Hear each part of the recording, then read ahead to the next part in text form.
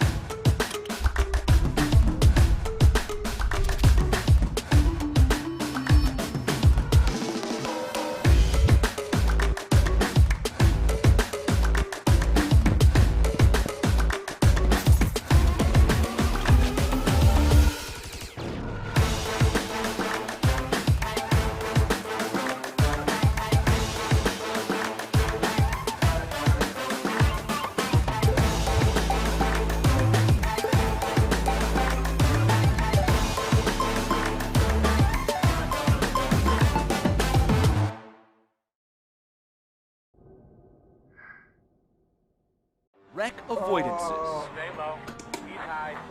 daring passes, silly jumps, Oh my god, a drive-through. the thrill of victory, and the occasional mishap. My sim crashed. This is the DMLC Racing Channel. A new beginning with familiar faces. For the first time, Lionheart is going back to its roots. 18 races to determine who is the best and the most exciting form of auto racing on the planet. 200-mile-an-hour Indy cars, inches from disaster or glory. There can only be one inaugural champion, whose name will be etched into the Lionheart history books. Find out next. The Lionheart Speedway Series, presented by DMLC Racing Channel, starts now.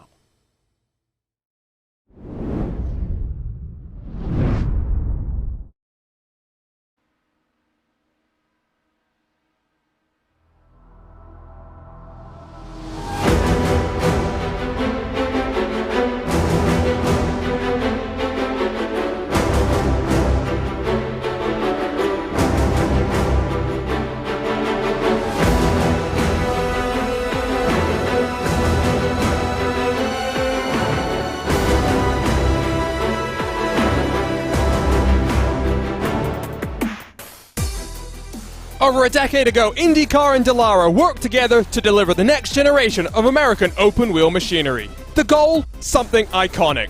The result was a DW12, a car that delivered exciting wheel-to-wheel racing for more than a decade. In 2021, the Lionheart Racing Series returned to its roots with the car named after the man that inspired the series for the inaugural Lionheart Speedway Series. Racing across the ovals of the USA, there have been many twists, turns, thrills and spills, all leading to tonight's championship showdown. There are still 7 drivers with mathematical chances of championship glory tonight as we get set for an adrenaline-filled, action-packed double-point showdown in the Golden State. This is Auto Club, and this is the Thumbs Up Cancer Down 300 presented by Minus 273. Hello and welcome back to racespottv and continued coverage of the Lionheart Racing Series powered by HyperX, makers of premier gaming gear like the legendary ultra-comfortable Cloud line of gaming headsets. Whatever you play, however you play, HyperX knows we're all gamers. For more information on HyperX products, visit hyperxgaming.com, and don't forget to use the promo code Lionheart15, that's LIONHRT15, for 15% off all orders. My name is Arjuna Kankipati, delighted to be joined in a special three-man commentary booth to close out our season by Justin Prince and Andrew Kinsella. A reminder, you can follow along with live timing and scoring powered by our partners at ATVO by heading to racespottv/Indy. Follow along with your favorite team and drivers over the course of 300 miles of racing as we are set for our championship showdown. And with that said, let's dive straight into our sim experience countdown for green. Justin, what fun this has been. The DW12, very much an oval specialist car when you compare it to the current modern day IR18. I should correct myself. I didn't mean to say a decade. I was just so excited in the intro. Half a decade. This car delivered exciting wheel-to-wheel action, closest finishes of IndyCar history as well, but now it comes down to this. High speed, high banks. It's the Auto Club Speedway, a double-point showdown to decide it all. And it's going to be so critical to be consistent tonight with the double points on the line. And all of this and all these races has led up to tonight. We've seen plenty of showdowns when it comes to some of the tracks, the mile and a halves and some of the short tracks. We've seen fuel mileage races come into play several times. And we've seen madness ensue, and a couple more, including at Kansas last time out, with that wild finish on the final lap with a contact down the back straightaway. Now it's the main question. Which driver can close out strong? Which driver can win a championship? Which team can win themselves a title? So much is left up for grabs tonight, Arjuna. A lot can happen, and it's all so critical to survive at a track like Auto Club to get the season done right. I mean, you talk about wild finishes. I think that's been the story of the season. Not necessarily just the last race that we did see at the Kansas Speedway. We've seen fuel mileage races. We've seen it all. Here's a look, though, for the final time this season at our driver standings presented by the DMLC Racing Channel. Yes, 7 drivers with a mathematical chance of taking the title away. But Andrew, it's not as easy as one would think, because with 23 cars in today's field, the minimum points that a driver will score for finishing down in 23rd is still 44. So for Alexis Newsom, she's in a pretty comfortable position. Her teammate Robert Malechka III, on the other hand, after missing the first couple of races of the season, a late recruit to this series, he's got it all to do here today. Certainly Alexis Newsom has the advantage coming in here today, but it's not a big advantage, and it's not as big an advantage as it could have been, as she did get a minus 10-point penalty from that contact with Joe Branch on pit road at Kansas. There was actually a number of drivers who did receive a couple of some penalties from the melee that we saw at Kansas last time out, but certainly while the road might be tougher for some and easier for others, it's going to be a fascinating duel today between all these drivers, and Alexis can't afford to rest too much on her laurels, because you look at Barrett Rolfe, you look at Matt Taylor and Alex Van de Sande, they are not very far behind. So while she may have the advantage over the likes of Joe Branch and Robert Malechka, it's going to be a tight race throughout this entire field here today. Newsom, though, does have 4 victories to her name. What can she do from here? Robert Malechka III, 6 victories in 12 races. An incredible run for the factory-back team across of Lionheart competition. Let's talk then about these team standings presented by HyperX. And Justin, you mentioned it. There's also a team championship up for grabs as well. Adrenaline Motorsports, after losing Christo for a couple of races ago, 1 point, looked odds on for the championship. Now, though, they've got it all to do. Double points on the line, factory backed with 3 drivers versus Adrenaline's 2. Very much looking like it will swing in the favor of factory backed. Yeah, but here's the main thing to consider. That changed a lot when it comes to that deficit. Adrenaline Motorsports had a 96-point advantage just a few rounds ago. But the main thing to consider is who's going to be able to keep up the consistency tonight, because all the factory-backed drivers have showed great speed in qualifying and on the ovals in general across Lionheart competition. Adrenaline Motorsports, they've been known for mixing things up strategy for the drivers they do have left. But Joe Branch, who is known for mixing up set calls, he's amongst those who have been amongst the fastest in practice. I'm curious to see how things play out for that, but in other words, if you're factory back, you have the upper hand, yes, but the pressure's on for Adrenaline Motorsports to execute everything right. Talk a little bit now about your rookie standings presented by buttkicker, and this has been a series which has really welcomed drivers to the Lionheart ranks. We've seen plenty of these drivers, Alexis Newsom, Barrett Rolfe, even Alexander Van der Sant, Robert Malechka, all making the step up into the premier Lionheart IndyCar Series. Ultimately, whoever clinches the championship crown will also clinch the rookie championship. But Andrew, that's what's so great about this series. It's that we've seen new faces join Lionheart, and we've seen just how quick they can be as well. Absolutely. We've seen how quick they can be, and it's been a treat to watch all of these drivers on this page here. And we've really seen, I think, an evolution of some of these drivers, especially you look at the likes of Alexis Newsom and Alexander Van der Sant. They had an up and down start to the season. They weren't very consistent, but as the season has drawn on and drawn to a close here, they've really gotten much more consistent, really more mature in their driving in a number of cases. So it's been a fascinating series to watch, not from just seeing the new talent, but also just seeing the evolution of these drivers as they've been competing with some of Lionheart's best. So let's talk a little bit about the series details presented by -273, the premier name in karting gloves. Their industry-leading gloves are super lightweight and durable, made of a breathable poly spandex. Whether you're a kart or a sim racer, -273 gives you the control to reach victory lane. For more information on -273's full line of gloves and apparel, visit -273.biz, and don't forget to use the promo code -273LHRS15 for 15% off all orders. The return of the Lionheart Racing Series staple, the DW12, in the 7th year of Lionheart Racing Series history in this classic Dallara DW12, named after the Lionheart himself, Dan Weldon. All drivers using a custom fixed setup built by setup guru and racebot commentator Andrew Kinsella, while the drivers fight for their share of just over $7,200 in cash and prize money. Final step of the Triple Crown, we saw Barrett Rolfe take his first Lionheart victory in the second of the Triple Crowns. That was in our virtual month of May at the Indianapolis Motor Speedway. We've been talking about it over the course of the year. Will it be a veteran claiming the championship? Will it be a rookie staking their claim for championship glory? As we return to the city of action for the 5th time in the DW12, it's only 1 year have we seen the car that has led the most laps in the race not entered HyperX victory lane, a race that has also ended under caution on 2 occasions.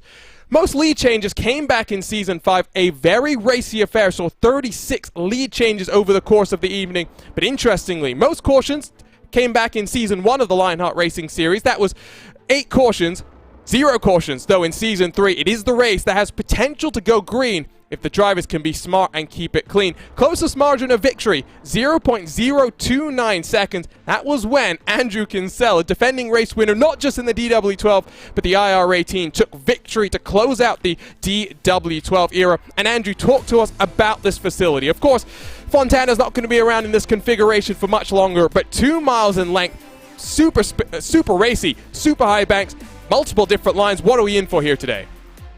Yeah, and it's a shame, if you ask me, Arjuna, that this track won't be there much longer. Of course, this is the home for the fastest IndyCar lap in history that was set back in 2000 by Gilles de Ferran in qualifying for a race here in the kart series. This track is, I would almost go with one of a kind. Whereas Michigan has much higher banking, this one is a little bit less steep on the banking, and it really creates this multi-groove facility where you can run the high line, you can run the low line. And the setup here today, there's going to be a big pack at the beginning of these runs, and then the tires are going to start to go away from these drivers, especially the right front. So it's going to force the cars up the track, and the people who can take care of their tires today, they're going to be the ones who are going to find their way up towards the front come the end of this race.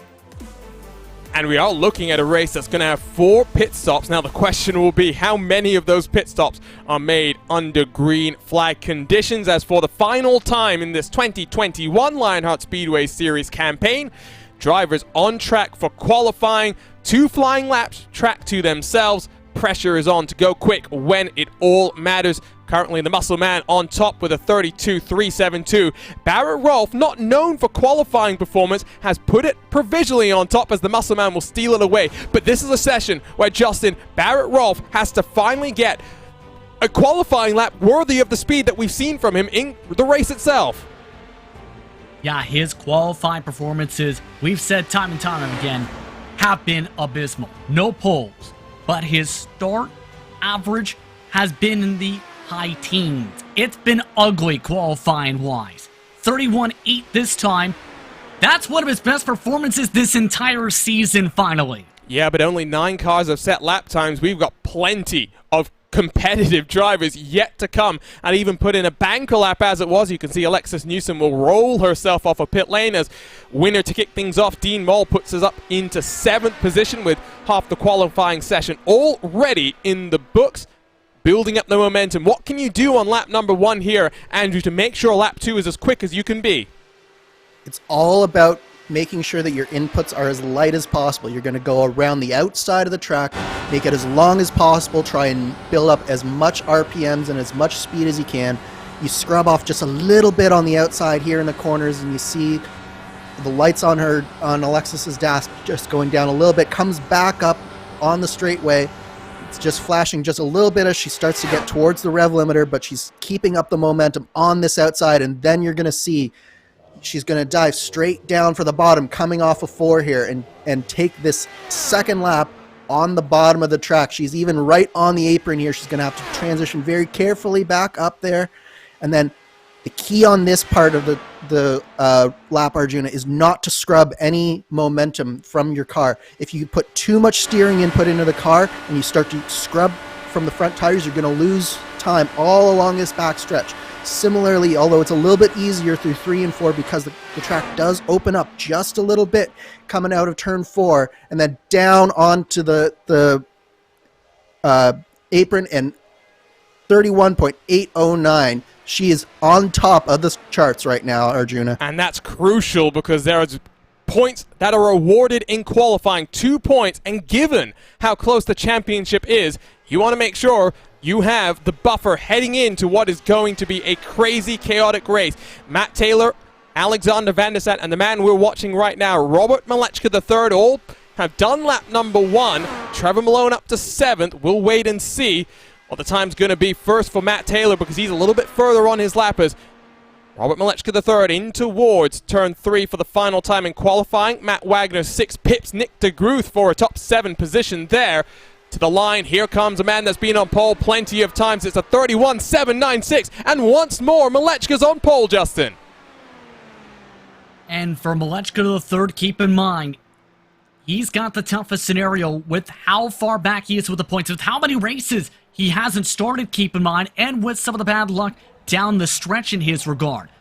There's a chance Robert Malechka III can get the job done if a lot of things go his direction. That's step 1. Well, let's get ready to go racing as we'll take a look at your butt kicker starting grid for the Thumbs Up Cancer Down 300 presented by -273 here at the Auto Club Speedway. A 31.796 for Robert Malechka III, nets in pole position once more. 5 to his name, now looking for a 7th victory in 2021. His factory-back teammate Alexis Newsom, that's alongside both drivers, looking to try and secure the championship for factory-back. Caleb Benzie had some great performances in the recent months. He'll be alongside Charles Teed on row number 2, while Joe Branch up in the field. Maybe we won't see some interesting strategy calls from the number 28. He'll be alongside Craig Forsyth in the number 72. Matt Wagner, Nick de Groot, row number 4 with Alexander Van der Sant and Barrett Rolfe, 2 championship hopefuls, lining up on the edge of the top 10 with Paul Jenkins and Jess Young, 11th and 12th positions.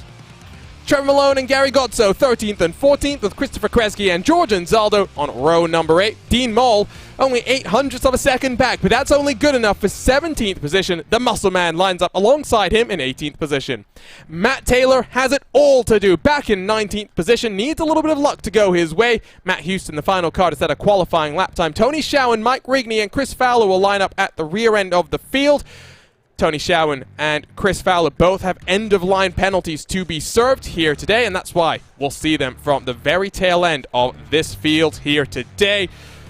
Oh, well, there is some championship tension in the air if I've ever felt it, but with that said, it's time to go ahead and go trackside to take a look at our onboard cameras for today's action. Alexis Newsom has the Thumbs Up Cancer Down onboard camera. We put our thumbs up to not cancer down. Fund a power pack by visiting thumbsupcancerdown.com/donate. With the HyperX onboard camera tonight, it's George Anzaldo. Whatever you play, However you play, HyperX knows we're all gamers, and HyperX is always ready to game. Matt Taylor as the Graphics Esports onboard camera, world-class design from the real world to virtual. Visit graphicsesports.com. And last of the onboards featured is the buttkicker onboard. Barrett Rolfe ties his best starting spot of the season. What you see and what you hear is what you feel. For more information, visit thebuttkicker.com. And the great thing about being here on the iRacing service is we'll have onboard cameras, all 23 cars in our field here today. Prediction time. Let's start with you, Andrew. Who's going to clinch the championship here today after 300 miles of racing? I think that with her starting position, there's just no overlooking Alexis Newsom. She is in exactly the spot where she needs to be to start this race. And I think that come the end of it, she's going to do exactly what she's done a number of times. She's going to work the strategy, she's going to be patient, and she's going to come out with this championship in her hands. What about you, Justin? I'm going to change things up because Barrett Rolfe has been quick throughout the campaign. It's just been about getting the job done fully. He's qualified in one of his best starting spots of the season. I could see him try and get a second Triple Crown victory of the season. Keep an eye on Barrett Rolfe for that title. I'm going to go boring. I'm going to follow Andrew's call there. I'll go with Alexis Newsom. But competition, commitment, excitement. This is Lionheart, and we are set for our championship showdown. The thumbs up, Canter Down 300, presented by -273. It's a factory-backed front row. Robert Malechka, Alexis Newsom alongside as we get the green flag out in the Golden State.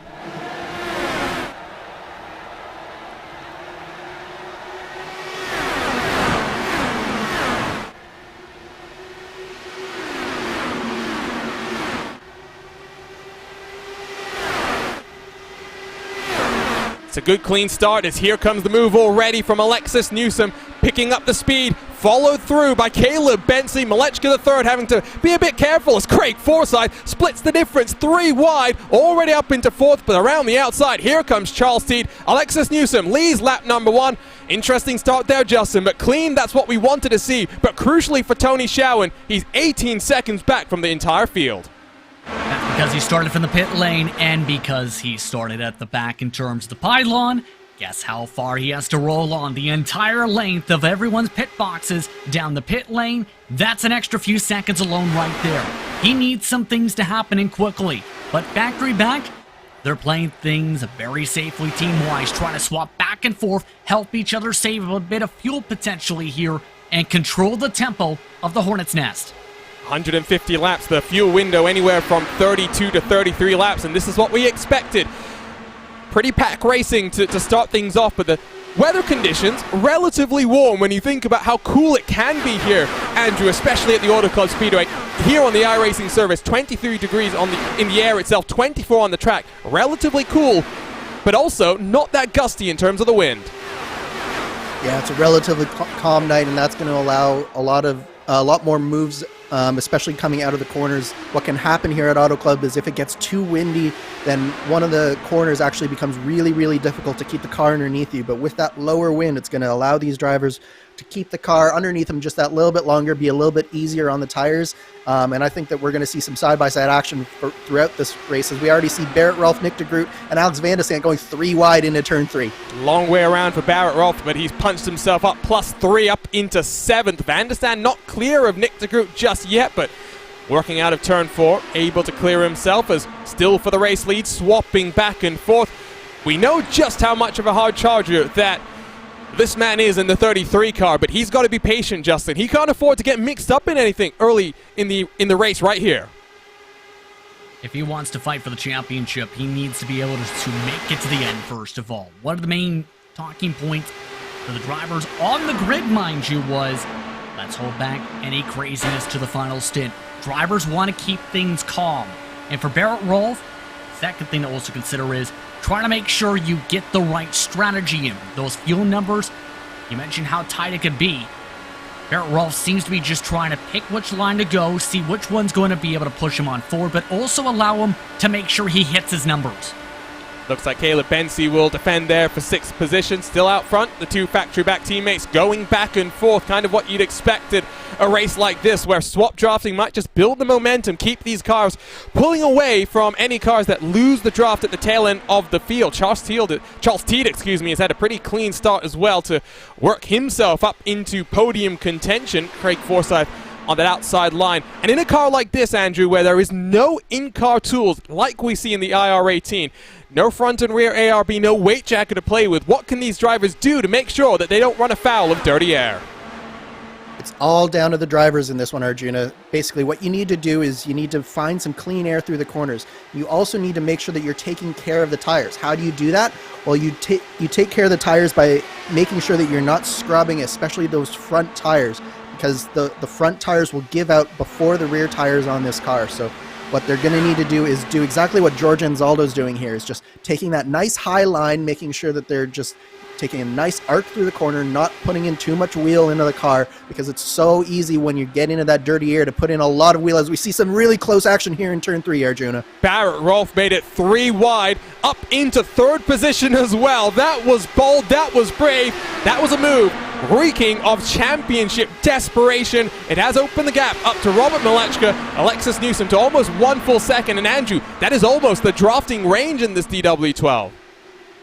Yeah, I would say that was actually probably not a very smart move on the part of Barrett Rolfe there, because it's really allowed those two factory-back cars to get out and probably break the draft at this point. They're working so well together, swapping back and forth on both straightaways here, so they're really working well together. So Barrett Rolfe, meanwhile, he's the one car in this field that doesn't have a teammate anywhere else in this field, so he's at a distinct disadvantage when it comes to working together with other cars. So I think that what you saw there is he was a little bit impatient, and it's cost him a little bit, and it could prove very costly for the next little while as well.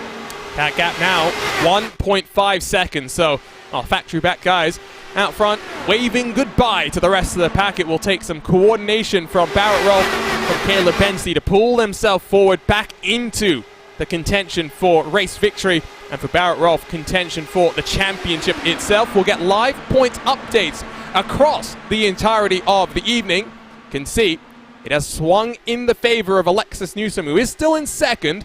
She works her way up into 1st. It will be 8 additional points to her name. Malechka, the 3rd, has jumped to 3rd, but as Matt Taylor is duking it out back in 11th position, and as Malechka and Newsom continue to swap around, battle for 3rd and 4th will continue to heat up. Tony Schowen, by virtue of starting back at the pack, has dropped down to 7th, needs some luck, needs a yellow flag to swing in his favor, Justin, to be able to work himself to the front. But what a championship battle we've got on the cards here.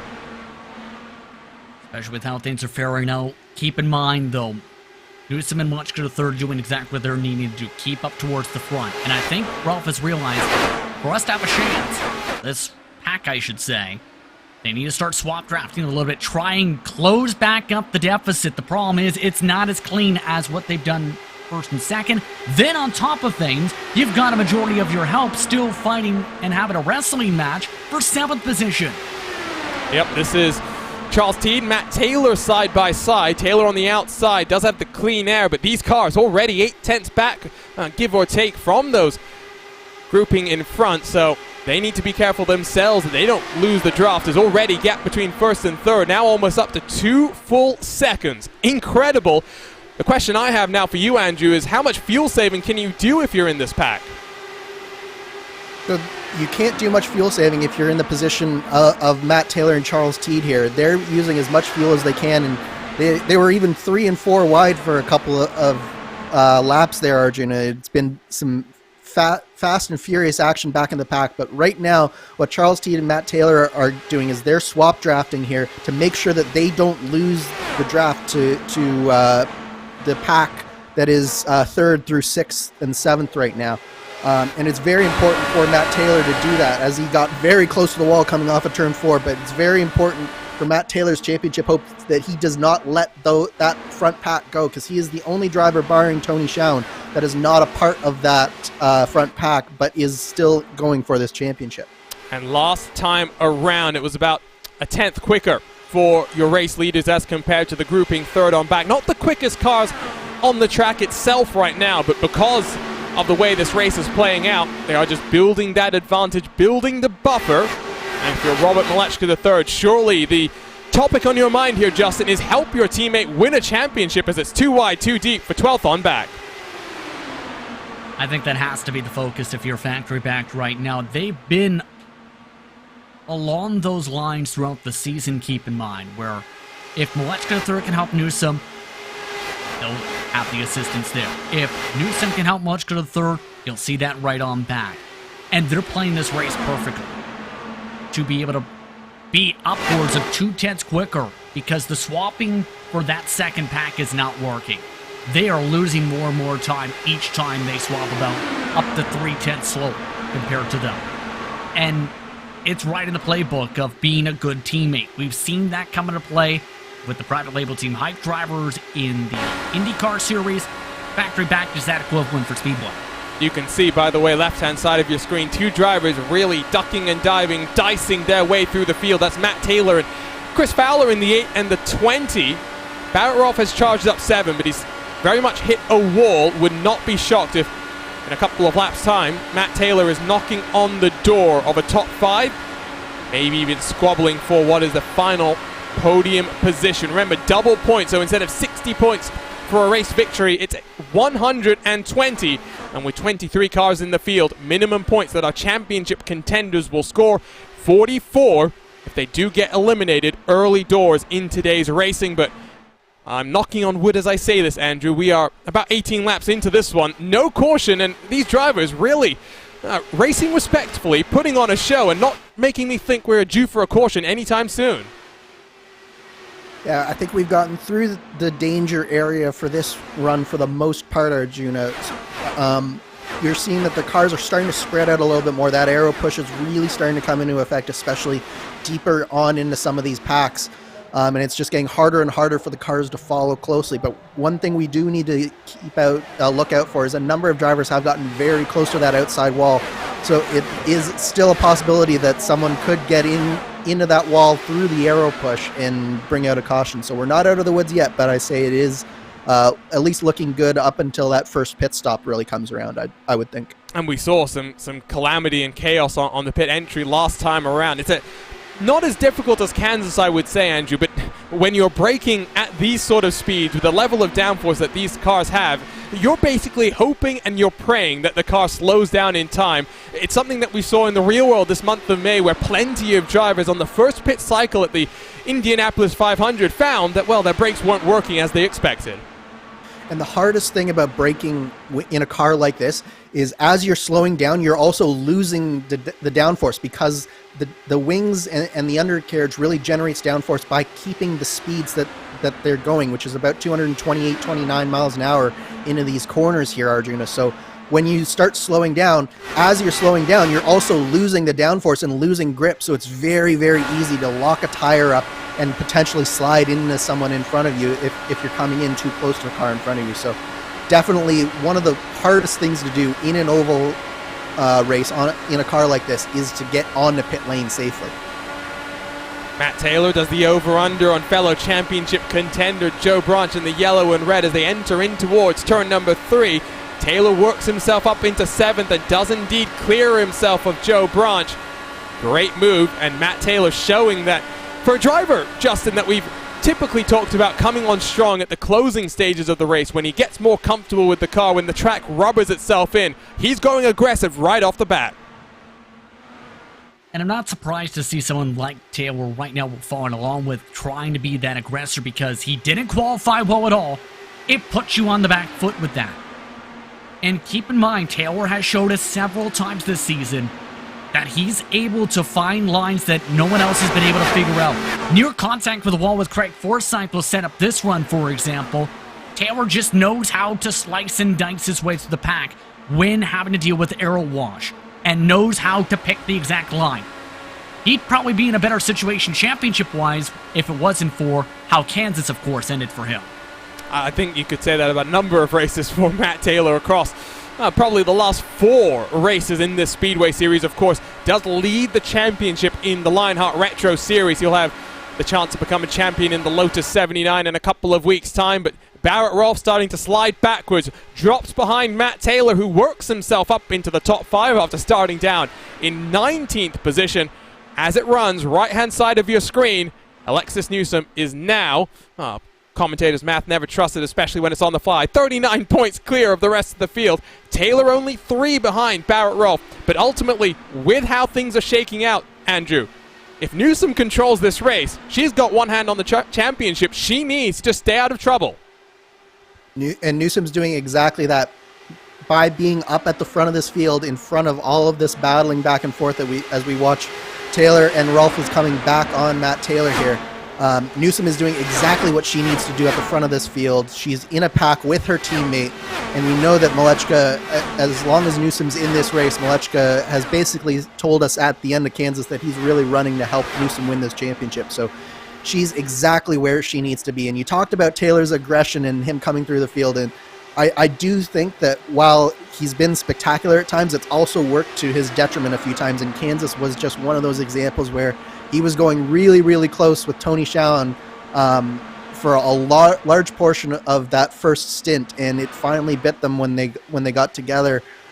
So for Matt Taylor, while that aggression has produced speed, he's really got to find that fine line here in this race and make sure that he gets to the end with it as well. And surely if you're Caleb Bensi, you do the same thing that we see with Malechka and Newsome out front. The goal is helping your teammate. The two team race first cars, at least for now. Barrett Rolfe has gotten past both of them. Alexander Van der Sande has cycled himself 1.2 seconds clear of these cars. Squabbling helping Alexander Van der Sande, but of course no draft. And despite that fact, he still went about 0.3 quicker, 0.2 quicker than at least Barrett Rolfe did the last time around. Alexander Van der Sande now matching the lap times for Malechka and Newsome at the front of your field. Some dicing back in the pack as well between George Anzaldo and Matt Houston. In front of them, Gary Godso and Mike Rigney duking it out themselves. Plenty of action up and down the field. Has sort of stretched on out, but in a race like this, in a competition like this, where it's basically pedal to the metal, Justin, and making sure that you just stay out of the wall, you're not going to see too many quiet moments on the track as De Groot gets himself up into 7th position. Yeah, as some would point out, Arjuna, these drivers are fairly much so equalized out when it comes to their pace, when it comes to their tire wear, with the differences in some of the lines. It's all down to driver skill, I think a majority of at this point, as well as some of the fuel burn. But the interesting thing is, Barrett Rolfe is leading what is essentially the second pack. Notice that interval for the third place car? Alexander Van der Sande has ran away from the pack to the tune of a 10th per lap over the past few. He is pulling up and quickly up towards the top 2 on his own while they fight behind him. And this, of course, is De Groot's charge for Factory Pack 2. Are trying to win the team's championship here in the Lionheart Speedway Series. Looking good for them, given that at least Malechka and Newsome are 1 and 2, while Joe Branch has been shuffled down to 11. Tony Schoen still down in 23rd, 23 seconds off your leader, and in danger if we stay green like this of being lapped before the end of stint number 2. I would maybe even think, depends on how the fuel cycle will go. Good run for De Groot so far. Pit window should open next time around, and the question is who's coming in. Is Craig Forsyth the first car to blink? Ducks down from the banking. That's pretty conservative on pit entry there, I'd say, Andrew. It was a conservative pit entry, but at this stage of the race, I think that was definitely a smart pit entry for Craig Forsyth. It looked like his tires were definitely starting to go away. He was really close to the wall a number of times and was starting to drop back a little bit through the field. So I like this strategy play from Craig Forsyth. Maybe try and get a little bit of an undercut, even though he won't be necessarily in the draft. He might actually come around Tony Schoen's car, and it might prove a good strategy gamble here. Here comes race leader Robert Malechka the third down onto the lane, so clearly Alexis Newsome doing some fuel saving behind the number 91 machine. Matt Wagner, Christopher Kresge also working themselves down onto pit road, as it means out front Alexis Newsome now leads the way, surely down onto pit lane, if not this time around, potentially the next time, as Matt Taylor looks to the outside. Here comes Newsome though, no dramas this time around. Van der Sande stays out, Barrett Rolfe comes in with Newsome, but a number of cars staying out there. This is where the fuel saving that we were talking about, Justin, is coming into effect. Especially the drivers able to lift a little bit in the heart of the pack if they don't want to take the run. And for some of those drivers, they've taken that in stride. Chris Fowler, meanwhile, saying, you know what? It's time to push. To try and pick up some spots. He wants to come in this time by. He's made 2 passes this lap before his in-lap. I mean, make hay while the sun shines. Is Taylor going to duck down with him, or is going to follow Nick DeGroot? It's a bit more aggressive from Matt Taylor, who does know that he needs to work his way through these cycles as aggressive as possible. Joe Branch, got a little bit squirrely there, but manages to hold on to that car. Pit road, exceptionally busy. You can see Newsom has rolled herself off of the lane. Where exactly is the 63 in relation to Robert Malechka III? They're side by side on exit, but Malechka III immediately gives this draft to Newsom. What do you expect from the teammates, Andrew? I think that they'll just settle in and do more of the same. I think the interesting thing, though, here will be to see where Alexander Van de Sant comes out in relation to the 2 teammates, because he was definitely closing in a little bit as that run was going down, and he did manage to go that 1 lap further than Newsom, 2 laps further than Malechka. So if he can come out right in their draft, that might turn that leading twosome into a threesome, and I think it's going to be exactly that as they cycle through. Alexander Van de Sant, fantastic pit-in lap, and he's in between the 2 teammates right now. So maybe the indication is the overcut is the way that you want to go, and it will definitely mean that in the final stint of the race, when you come down for what will effectively be a splash and dash for maybe 15 laps of fuel, give or take, Alexander Van de Sant might have the least fuel needed to be put into his car. Maybe we'll even see the risk of not taking tires. He is half a second behind Alexis Newsom, well and truly in drafting range. 2 seconds further back is Barrett Rolfe in the 33. Now finds himself all by himself. Craig Forsyth the further 1 behind. This is what we see when we have green flag cycles, Justin. The timidness versus the aggressiveness. It starts to break these cars up even more, but with fresh tires, I have no doubt it will close up once again. I think so, especially with how this race is played out. But here's the intriguing thing. Look at who's joined the draft of the top 2. Van de Sant played this out to the point where he picked up half a second on his entry. He might have a strong shot here to make this into a 3-car tandem.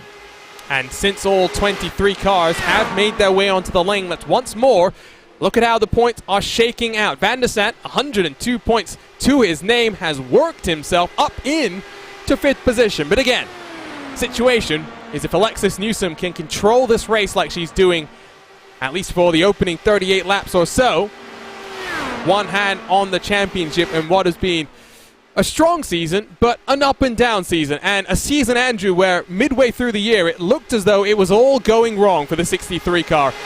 Issues on pit entry, mistakes of her own that took out other contenders, but it's a strong championship contender that works through all of those struggles to still put up championship performance at the end of a season. Yeah, the thing that's impressed me the most about Alexis Newsom's season is how she's really regrouped herself and really refocused and turned in some of her best performances in these last few races where the performances really started to count. Obviously, she didn't have the result that she wanted at Kansas, but she was leading coming into that white flag lap before that last lap incident put her down into the back half of the top 10. But even beyond that, she's really done a good job of regrouping, refocusing, and put in some very mature drives towards the end of the season, and that's the main reason that she is where she is in the championship and on this racetrack right now. Here comes Nick DeGroot to the inside of Matt Taylor. He'll sling it down the inside. Taylor now back down to 9th. Didn't have the best of pit cycles, but still in the top 10.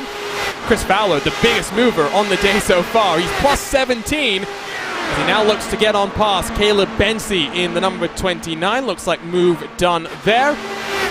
And unfortunately, a driver that was looking pretty comfortable in the pack itself has now dropped about 3 seconds back from Matt Houston. George Anzaldo sits himself in 22nd position. But a man that does so much for Lionheart, Justin. He's our sim experience driver profile. The man behind Lionheart, only 14 starts this season because he's been super busy making sure that the league is in tip-top condition. He's always a man that goes out there and puts everything on the line. And remember, he's been in contention for a couple wins this season where he's got the speed when it comes to this car. but it's just been about finishing the execution. But you have to give him credit for all the hard work he does to make sure everything executes perfectly when it comes to the Lionheart side of things, when it comes to the league structure. It's not looking too great so far race-wise, but for him, when it comes to his hard work and commitment to running this series, there's a reason he's one of the most respected members of the open wheel community at this point. He's running 22nd. And what are your memories of George, Andrew? Because, of course, you're the Lionheart setup guru, do so much behind the scenes to build these cars that let us have some spectacular racing. There's no better man in this commentary booth than you to talk about his commitment to Lionheart. It's really unparalleled, Arjuna. In all of iRacing, I don't think that there's a league founder that has done so much for the series that they've founded and really nursed to what it is today and the great series that we have. He puts in so much time, day after day. I don't know how he does it, honestly. Even in the off season, when all the drivers are sort of recharging their batteries, George is go every day, looking for sponsorship, looking for things that he can do to help the league, whether it's finding sponsors that will give awesome prizes like we have this year, whether it's going out and interviewing with broadcast partners like RaceSpot, and how we've ended up in this fantastic home that we have here. That's all George is doing, and he puts in so much time and effort, and this is really the whole series. All three of them are George's baby, and it really shows with the quality product that we put on week after week in the Lionheart series. Alexander Van der Sant has slipped a little bit backwards, now 1.4 off the tail of your race leader. Still 2 and a bit seconds, 2.2 clear of the Ascari Autosport number 33, and I saw a message from Manuel Tolentino, the spotter for Barrett Rolfe, saying that it's time to negotiate a team transfer for Mr. Van der Sant. Poor Barrett running solo.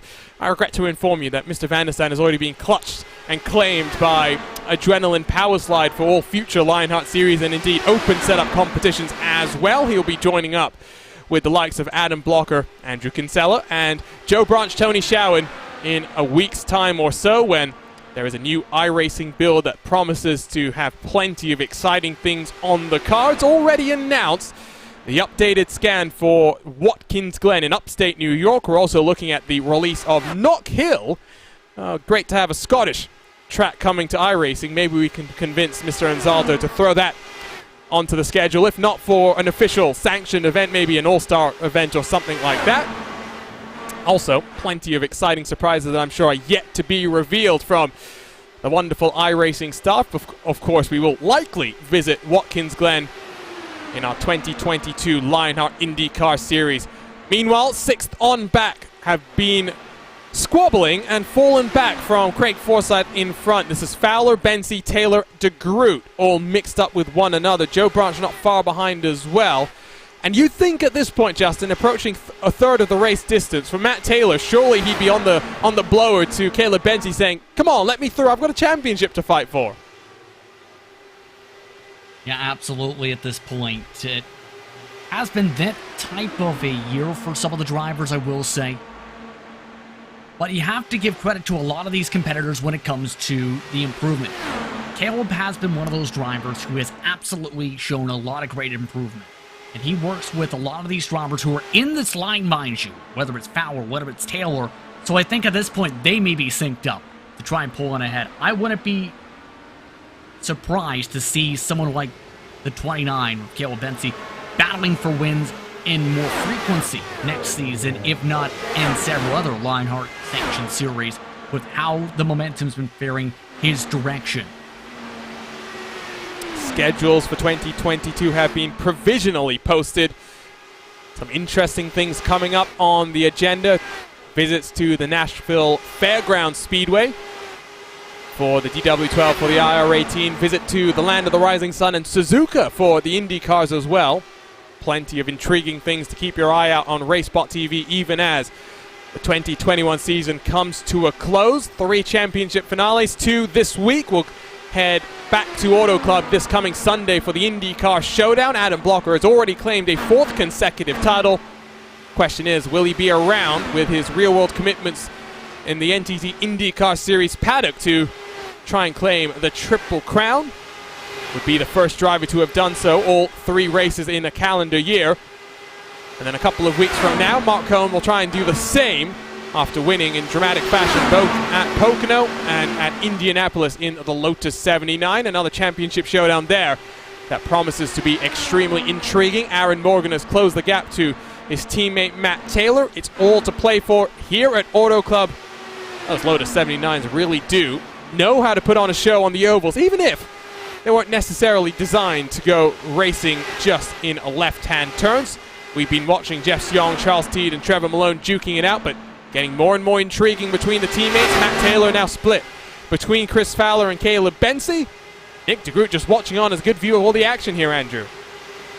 Yeah, and honestly, I'm kind of struggling to see what these race first cars are doing here, Arjuna. They're really squabbling and not really cooperating with each other, and it's allowing the likes of Fowler, Forsyth, and Rolf to really, Forsyth, Rolf, and Van de Sant to really get a little bit of a gap going here. So if I were in the race first Discord right now, I'd be on the phone, especially if I was Matt Taylor, saying, guys, we need to organize. We need to make sure that we're working together and not working against each other, because they just don't seem to be working very well together right now. They are now 1.5 seconds back from Craig Forsyth. He's in turn a further 1.5 back from Barrett Rolfe, who hasn't closed on Alexander Van der Sant. Van der Sant has done a good job of keeping that gap fairly constant and consistent to the leading 2 factory-backed machines, and in fact last time around was about 800ths quicker than the 91 and the 63, but still outside of drafting range. Still a lot of work to do, as lap 55, I was going to say is in the books, but it was lap 54 that was in the books. We are entering 10 laps to go until the next cycle of green flag pit stops. And if you're in a group like this, I start to get a little bit worried. This has been a great season, Justin, because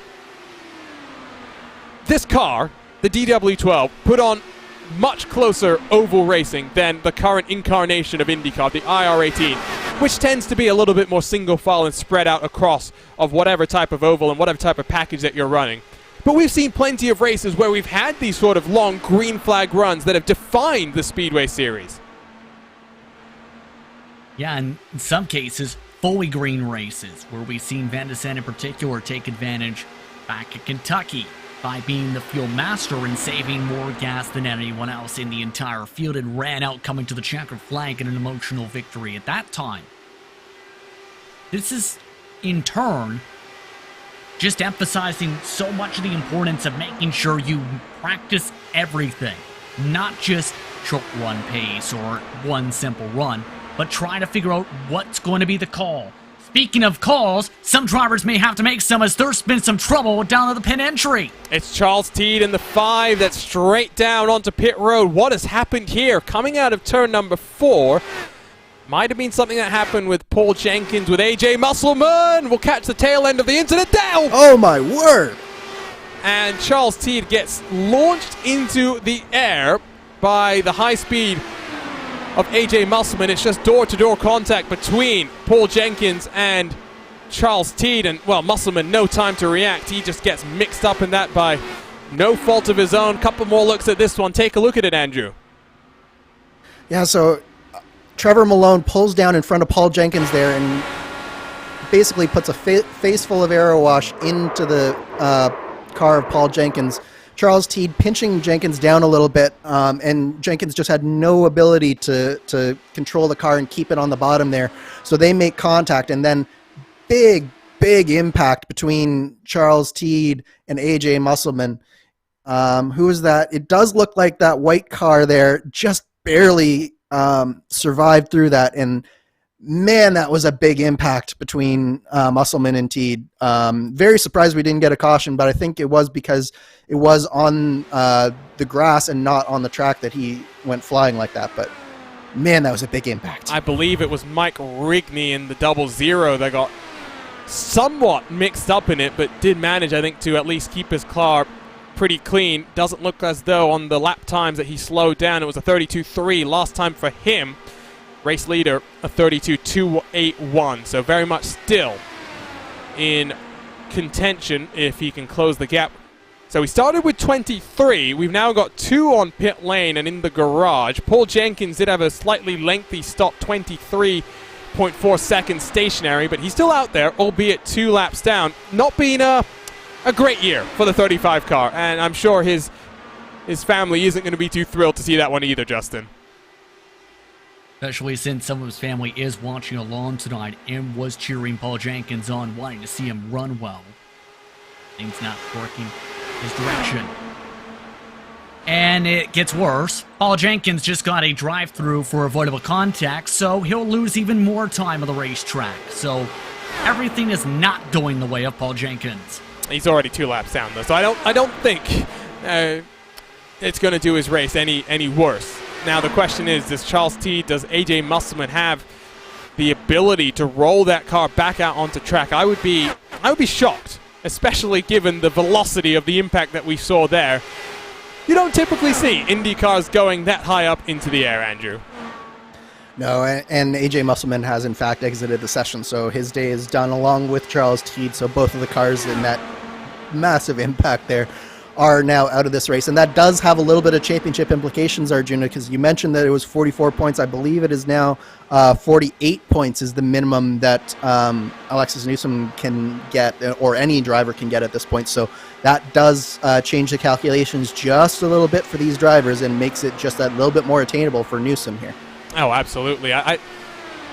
It's going to take some drama. I think that's what we should say in terms of Alexis Newsom not taking the championship. Pit stops are underway, which I'm a little bit intrigued by, but I guess these drivers somewhat counting backwards. Chris Fowler, Craig Forsyth, George Anzaldo all onto the lane this time around.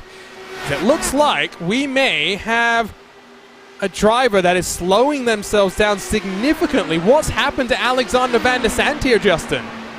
As we had all that going on with the craziness out of turn 4, guess who ended up destroying his side pod? The 97 of Van der Sant. It would be exit turn 2, lap 61, where when these tires were out, I noticed this so far throughout the trends of the day. Around lap 20, you start getting really tight on corner exit. More so turn 4. Watch on the exit of turn 2. He's moving up way too quick, doesn't realize until right there, boom. And guess what? That's 0.8 of a second per lap in side pod damage. Now, Andrew, can he get that repaired? Because we are into the pit stop window here. It's very doubtful that he'll be able to get it repaired. It'll be the flip and the side pod, and this is on the old damage model that does not have as much repairability as the new damage model car like the IR18. So this is a huge blow to Alexander Van der Sant's chances, and I'd say this, in fact, would probably be his shot at winning the championship gone for Alexander Van der Sant. And I'd argue maybe even the chance of a top 3 in the championship has now fallen by the wayside for the number 97, who will come down onto pit road. Robert Malechka III rolls himself off a pit lane. Barrett Rolfe not far behind as Alexis Newsom is followed in by Caleb Bensi as well as the 97 machine. Only a couple of cars yet to come down onto the lane. They include Nick DeGroot, Matt Taylor, Joe Branch, Deschong, Trevor Malone, Mike Rigney, as well as winner to kick things off at Twin Ring Motegi, Dean Moll. Now we wait and see for Alexis Newsom, who is on pit box right now. Where is she going to feed out in comparison to Malechka here, Justin? It looks like, for the most part, they've been trying to stay within sync to one another each and every strategy window. So I wouldn't be surprised if they come out close. Keep in mind, funnily enough, Nick DeGroot is the first car behind Malechka III right now, who is currently the leader. Newsom, indeed, does come out where I thought, right in the mix to be able to keep on working with Malechka III, albeit with a bit of a bigger buffer. So now if a caution came out, it would be catastrophic, potentially, for the likes of Barrett Rolfe on down, because they are trapped 1 lap down as Matt Taylor is into his boxes. I think Dean Moll's had some sort of drama of his own entering into pit lane. We'll go ahead and spin up the racespottv replay machine to take a look at what happened here. It's tricky. We talked about the level of downforce that you have in these cars, and just watch here as the 23 slides through his box. He's going to have to back that one up. That will cost him a couple of seconds in the lane and will surely drop him down the timing screen. And down in terms of track position as well. Here comes Nick de Groot. Last car into the lane on lap 69 of this race. Alexis Newsom back to the lead, synced up with Robert Malechka III, Andrew. Yeah, these two factory-backed cars are really hooked up, and they're doing exactly what they need to do. I want to draw your attention to another championship contender, though, Arjuna, and that is Tony Schowen.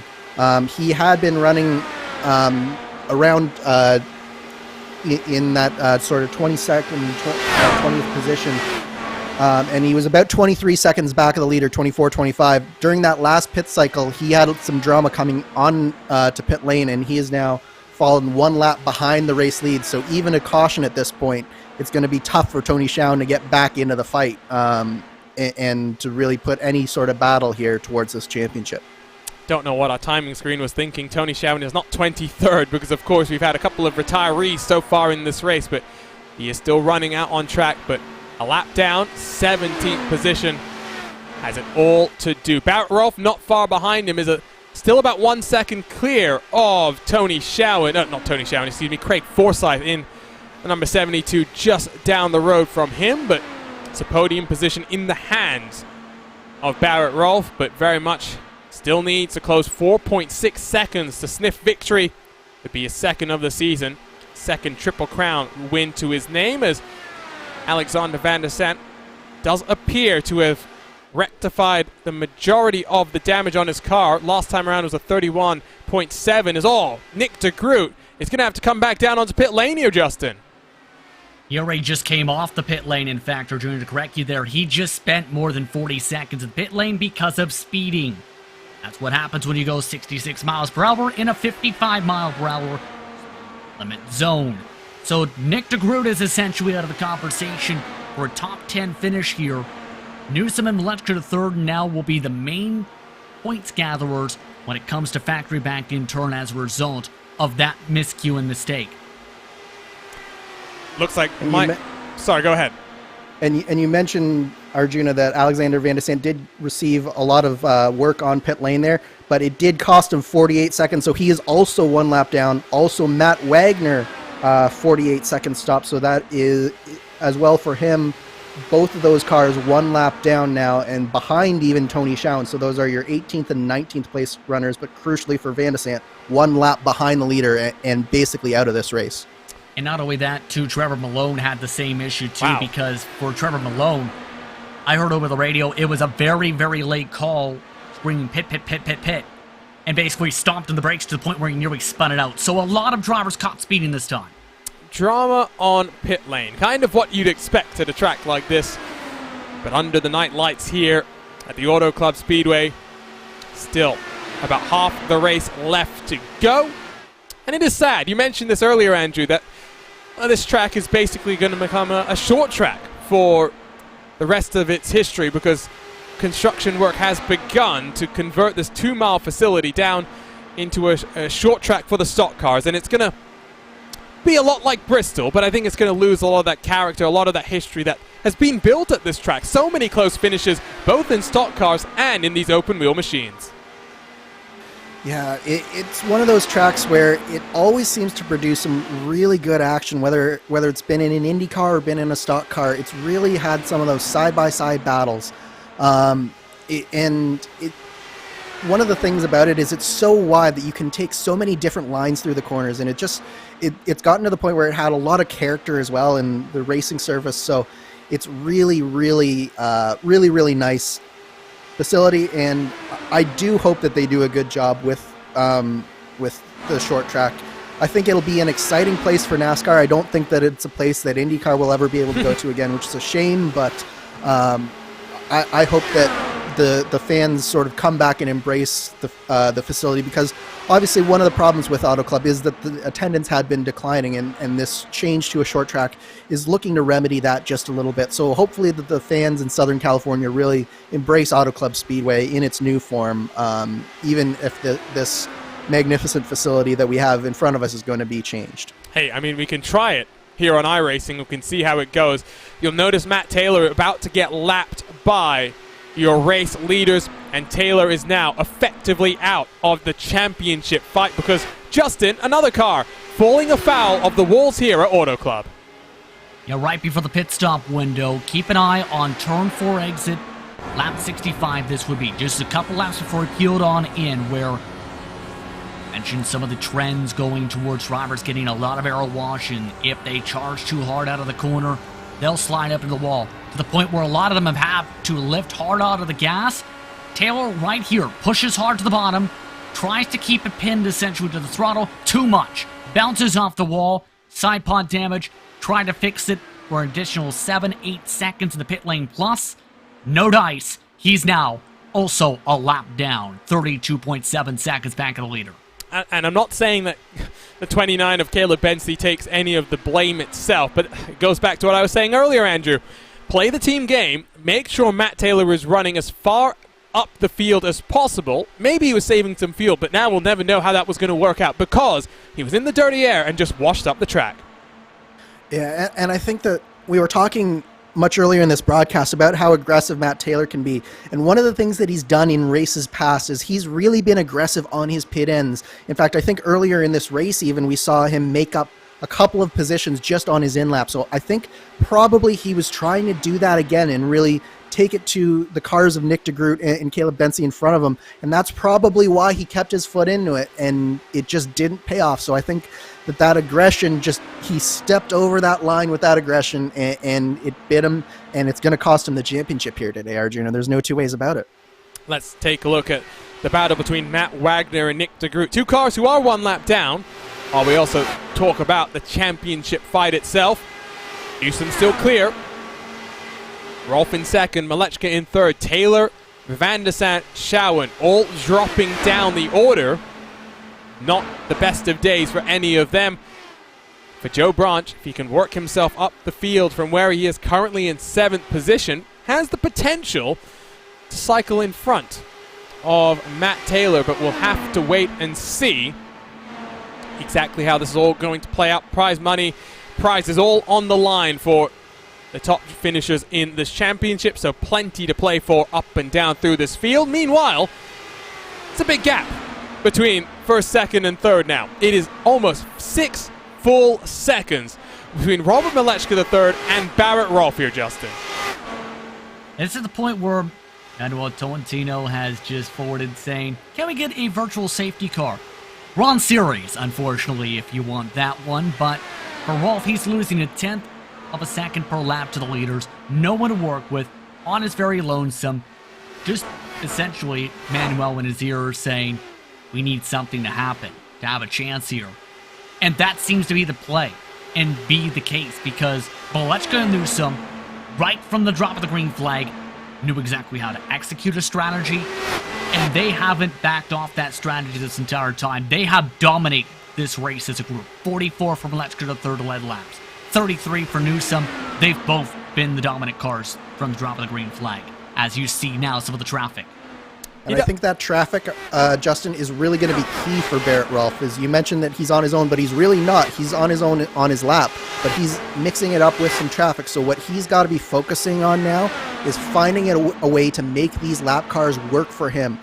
And try and maybe use some of this draft that he's getting from the likes of Taylor and Schouwen to really get back up towards those leading duo, because we are just over halfway here. So he does still have time to get back up there, but he's really got to be smart about it. Yeah, I think Tony's the most realistic of the two, because Taylor's got the damage, of course. So at this point, Rolf, who is closing in, mind you, on Tony Schouwen, can use that swap grab, absolutely. That may be the one major saving grace to pick up some time and make sure he doesn't fall back to Forsyth and Fowler. As we ride on board with the buttkicker onboard camera on the 33 car, doesn't need a virtual safety car. He needs the full safety car, because a virtual safety car just equalizes things. It's not going to help out the case of the 33 car. Maybe, I think he wanted it just for first and second. Oh, I see. That's never going to work. But what he really needs to do is get in the ears of race control and slip them a bit of cheddar. Get a safety car out there on track. No. Debris. I mean, you say that. Funnily enough, with the eNASCAR Contender iRacing Series, Ashton Crowder ended up having a pedal issue in that race. Right out of the fuel window by 5 laps. He tried to literally in his own room throw stuff around to try and hope it somehow magically became onto the racetrack to bring onto debris caution. It didn't work. Wow. That's a story that I never thought I'd be hearing. Do you remember which track that was at? Right here. Oh, wow. Well, A week or two ago, in fact. so Barrett Rolf's got to get working. Yes. Oh wow, things that you'd never think you'd see in sim racing for $300, please. That's not something I'm going to forget for a while. That's for sure. I mean, it didn't particularly work for Robbie Gordon, and it didn't work for Ashton Crowder either. So, well, I guess if you had a teammate, you could hypothetically ask them to loop it by themselves. But of course, Barrett Rolf's not in that situation. We're not implying that anyone would do that either. By the way, in terms of lead lap cars, there's only a couple of groupings that are close on track. Craig Forsyth, Chris Fowler separated by about half a second. Meanwhile, Jeff Young and Gary Godso, 9/10 of a second. Manuel Tolentino saying he doesn't discriminate on cheese for bribes. Ooh. Manchego, Parmesan, Mexican blend, all available. Now you're making me hungry. I mean, at the very least, Chris Fowler's hungry for this position. And so he's been slowly trying to claw his way forward. By the way, Fowler's the biggest move of the race at this rate. 18 spots gained. Yeah, being good for him after starting down outside of the top 20. I feel like we can say this about basically every driver in this series, but at some point or another. Chris Fowler has had, well, if you couldn't have any luck, he still managed to have less luck than that. Some of the things he's been mixed up in, I remember in the Retro Series, for example, some pretty crazy incidents for the number 20, who is coming down onto pit lane on lap 91. He's early, but I have a feeling what he's doing here, Andrew, is just boxing a bit early. He's going to make sure effectively that the final stop of the race is a bit longer than the other cars might be doing, but he's saving the tires and maybe he'll go a bit quicker as a result. one other thing that you can do in a scenario like this, Arjun, is you can actually take a little bit less fuel and split these stints up a little bit more evenly. And what that allows you to do is it just allows you to circulate faster on your average lap time throughout the course of a longer time. So I've actually used this strategy in the DW12 a couple of times, if that is in fact what he's doing. So it can actually really work out well if he is doing that. So it'll be interesting to see just how long that final pit stop does turn out to be for Chris Fowler.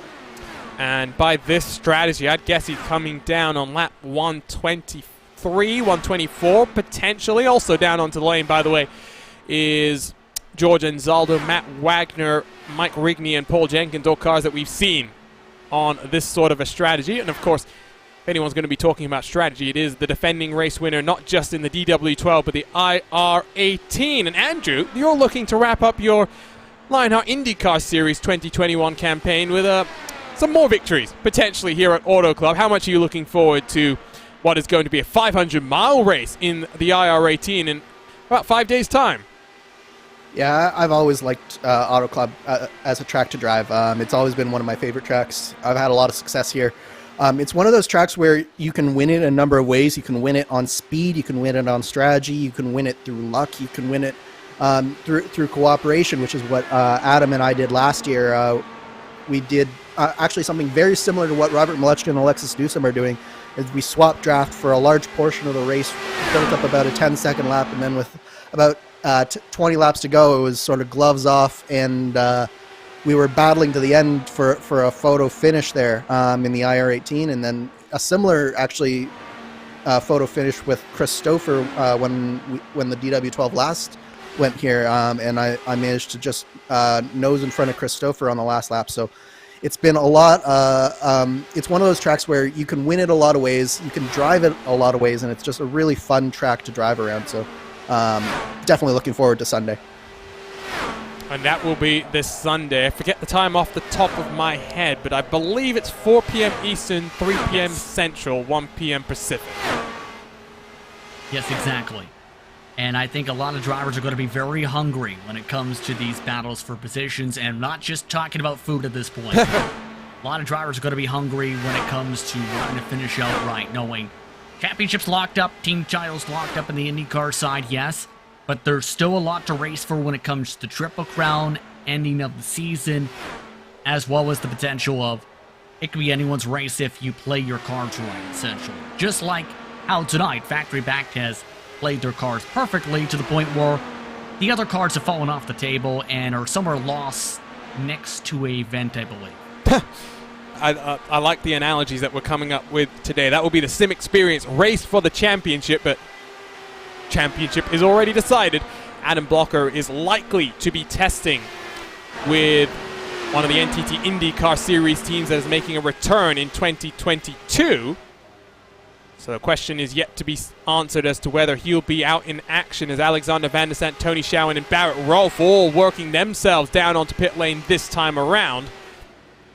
If Adam Blocker is not around, as mentioned before, means that he will not be in contention for becoming the first driver to win all 3 Triple Crown races in the Lionheart Racing Series. That honor might go to Mark Cohn in the Lionheart Retro Series on December 16th, which is still a long way away. We'll get that answer very shortly. Here comes race leader Robert Malechka III down onto pit road, lap 98. And if you do the math from here, 32 lap stint, 33 lap stint, he is going to have a slightly shorter stop, but it'll be very interesting to see exactly how he cycles that in comparison to the likes of Chris Fowler, to the likes of Craig Forsyth. I still think there's more drama to come, Andrew. I am not discounting the possibility that we get a caution to set up a absolute brawl to the end of this race. All it takes is one mistake from one of these drivers, Arjuna, and it could end up in a caution, and that caution could reset the entire field, change the complexion of this race and of the championship. As you mentioned, all it takes is one moment for the likes of Barrett Rolfe to really get into the fight, and if we can get Barrett Rolfe up and battling with Newsom and Malechka, that alone could be all it takes to make this ending really, really spicy. So even though we're in sort of a lull right now, I'd say don't go anywhere, because this race has the potential to really heat up as this race winds down and the strategy plays out. About to come to 50 laps to go as this penultimate cycle of pit stops in this 2021 Lionheart Speedway Series campaign is coming to a close. There comes Malechka III, this time in front of Alexis Newsom. They are still 6 seconds clear of Barrett Rolfe, so well and truly in control of this race, as I'm getting word. Oh, looking like in the Retro Series, Mark Cohn won't be racing, so the Watchman, no chance of making series history there. It's uncommon, Justin, to see in races as long as these Triple Crowns, in races as chaotic and unpredictable as these Triple Crowns, to see the same driver take victory 2 times. To see it happen 3 times is almost unbelievable, but we're not going to even find out this time in 2021. And keep in mind, when it comes to those Triple Crown victories for Mark Cohn, they've come in unbelievable fashion, an exciting fashion. He knows how to be a driver who flares for the dramatic, but you also have to remember, Arjuna, he's also taken a bigger role when it comes to some of the race control side of things for some of these events, along with Tom McGrath for some of them. So I understand why that may be coming into play there, especially with the hard work it takes to make sure the races go off without a hitch when it comes to Lionheart competition. But he will be back for 2022. And it's shaping up to be an exciting 2022, but still plenty of action to close out 2021 across of Lionheart competition, and specifically here tonight in the Lionheart Speedway Series. You're watching racespottv and coverage of the championship showdown, the Thumbs Up Cancer Down 300, presented by Minus 273. Don't go anywhere.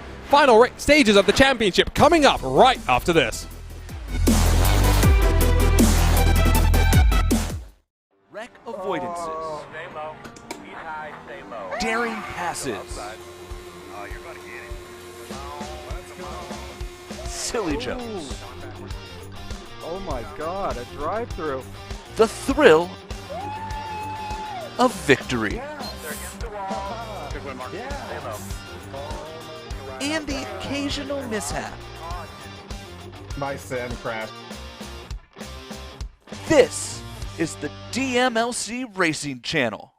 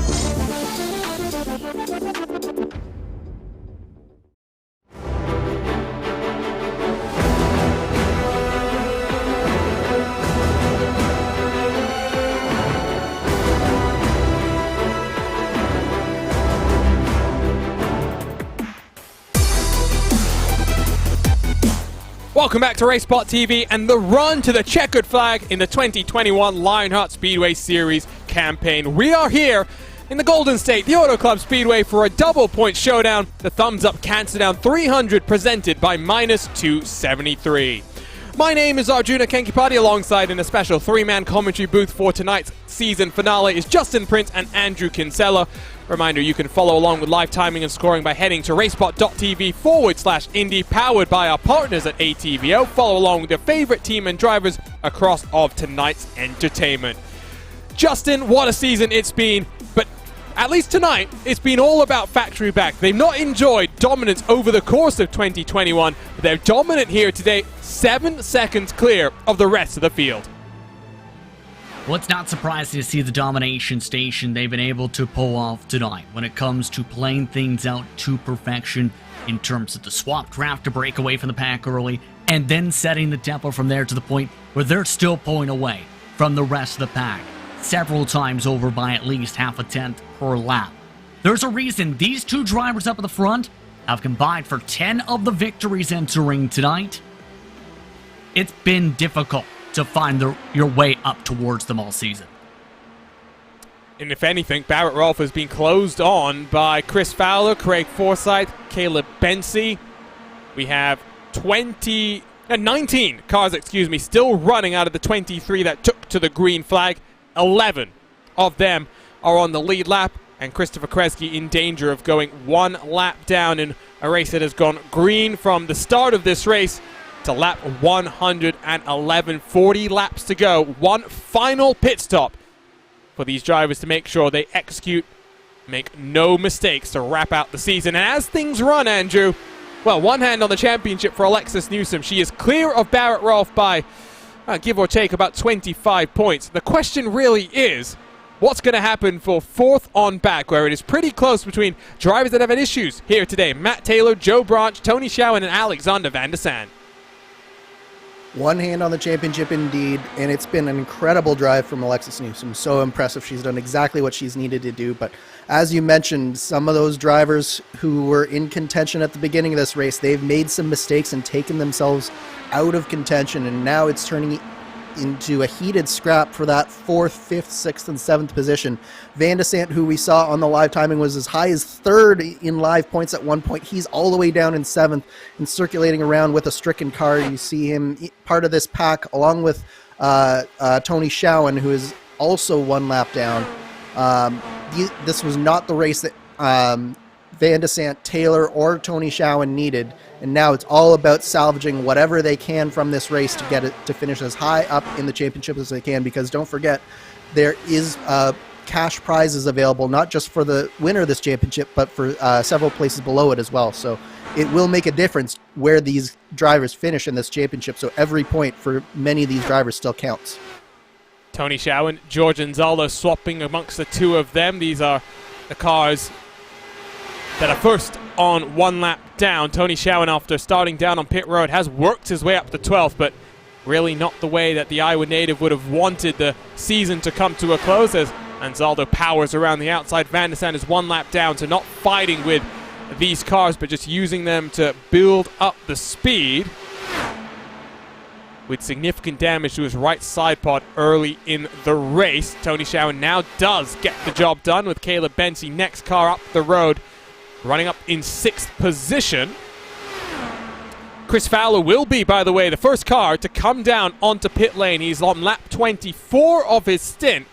Hypothetically, could come down onto the lane in about 4 laps time or so and would be able to make it to the end. We'll wait and see when the 20 car, biggest mover on the day so far, plus 19 from where he qualified.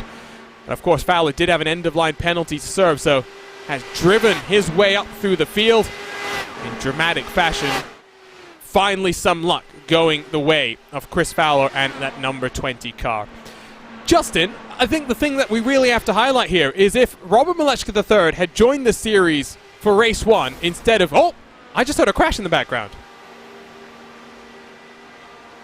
I'm not sure which car that would have been. Right now, it looks like everyone's keeping themselves forward, but we'll have to see if there's any problems. There's Christopher Kresge in particular, who the leaders just passed on by. Wonder if something just happened when he tried to let by the leaders. I definitely heard a crunch. That is for sure. Let's ride on board with the number 16 machine and take a look from the RIL team speed car coming across the start-finish line. You can hear him lifting off. What's going to happen here? Because he did slow, but that looks okay. Doesn't look like anything happened there. Watch for the exit. Nope. It looked like a simple exit. Yeah, no, looks okay. Are you trying to bring out? No. I promise, Justin, I heard a crunch.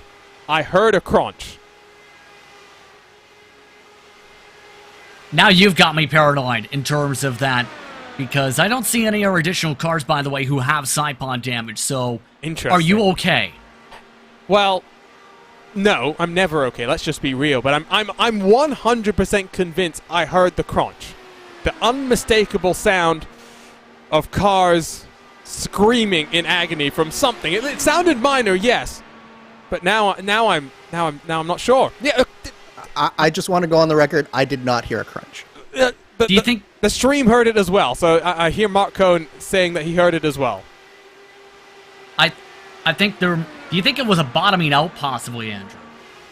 It could have been. Generally speaking, these cars shouldn't be bottoming out that bad. They're not that close to the ground, but it could have been, I suppose. It didn't sound like that, because I know what that sounds like as well. It was not that. It was not as minor as that. Whatever the case may be, I think Manuel Tolentino is thinking that this is his opportunity to get the yellow out there, as we'll come to 30 to go next time around. Chris Fowler still not in the lane just yet. Doesn't look as though any of the cars have really slowed down significantly. George and Zelda, you've seen it as well. And Soto! And there's the crunch you were waiting for. Not what George wanted, of course. He missed the pit lane and then some, right into the pit wall. Let's watch this with the onboard view from the number 6 car, who's just, he's hard onto the grass, into the attenuator, and up and over he goes. That's an interesting way to close out the 2021 year for the series organizer. That was about 50 miles an hour too quick coming into pit lane. George was never making that, unfortunately. And the worst thing is that he got into the grass, and that basically made him a passenger. He couldn't change really directions or brake, and he just hits that attenuator. But yeah, he was never making that pit lane, and he probably should have just tried to go around there. And fortunately, we did not get a caution, and so the race continues on. But definitely an unfortunate end to George Anzaldo's season here. Well, not the first time we've seen a car flipping like that. This time, though, it was a single car incident. Because it was down on the pit lane entry to the inside of the track, the updated iRacing race control that was about halfway through this season updated to be a little bit more lenient with the aggressiveness of bringing out the cautions did mean that in both the incidents we've seen to date, cautions were not necessary, as the pit stops are underway, by the way. Chris Fowler has come down, as has Caleb Bensie this last time around. Craig Forsyth, Matt Houston, Matt Wagner, Paul Jenkins, all cars having made their final pit stops of the year, as Alexis Newsom is now 4 tenths behind Robert Malechka III. I don't think we'll see any team orders here, because at the end of the day, if Malechka III wins, Newsom still has the championship. How aggressive do you think Newsom's going to be to try and win this race, Justin? That's a good question, because I think at this point, knowing that essentially you're in the great position of clinching a championship with where you run, regardless of first or second, clinching a team title, likely with them running first and second, you've got that flexibility where if you feel safe enough to do so, you can fight for the battle for the win. But the main thing is going to be, if you're Newsom, getting close enough to get a run, because compare this to before, the separation is 4 tenths. If anything, Newsom looks like she's struggling a little bit with the aero wash to try and close the deficit back up to Malechka III.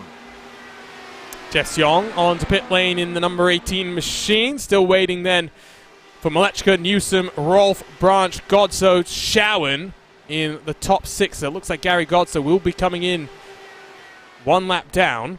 So only 4 cars are left on the lead lap. Of course, things will change as the final 4 cars on the leading lap do come down onto the pit lane. It'll be a somewhat shorter stop. We'll wait and see how much shorter, but the likelihood is it's not going to be too short because the pit stop here, Andrew, is going to be limited by the amount of time it takes to change the tires, not the amount of fuel that goes into these cars. Yeah, there is a little bit of an advantage, basically down to, you can go all the way down to about 10 gallons. It does save you just a little bit of time, 10 or 12 gallons, but it's not a huge difference. It's probably about a second and a half that you can save total here. As we, Joe Branch is on pit lane, so we are now down to just 3 cars on the lead lap, and it is the top 3 on the pits, on the track, but we also have a battle going on here between Bensi Forsyth, and I believe that's Matt Taylor who's a lap down.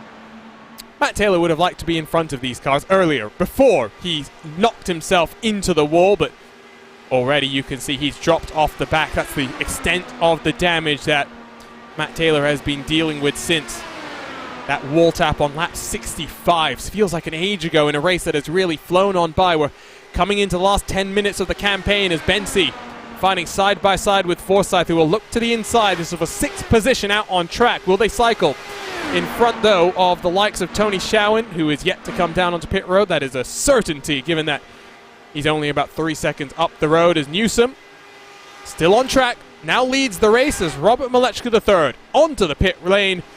No mistakes this time around. Barrett Rolfe also clean into the lane here, Justin. For the most part, drivers have been keeping it fairly conservative to make sure they make this pit lane, and you do not want to make a mistake on the money stop. No major mistakes for anyone this time. Van de Sande also coming on in. There's the track map you see with some of those separations, but it has been like clockwork, essentially, between Newsom and Malechka III. Normally, we've seen Newsom come the following lap after Malechka III. Newsom this time has said, you know what, I'm going to go longer. But how much longer? We've seen the overcut has worked on occasion. We've seen the undercut has worked on occasion.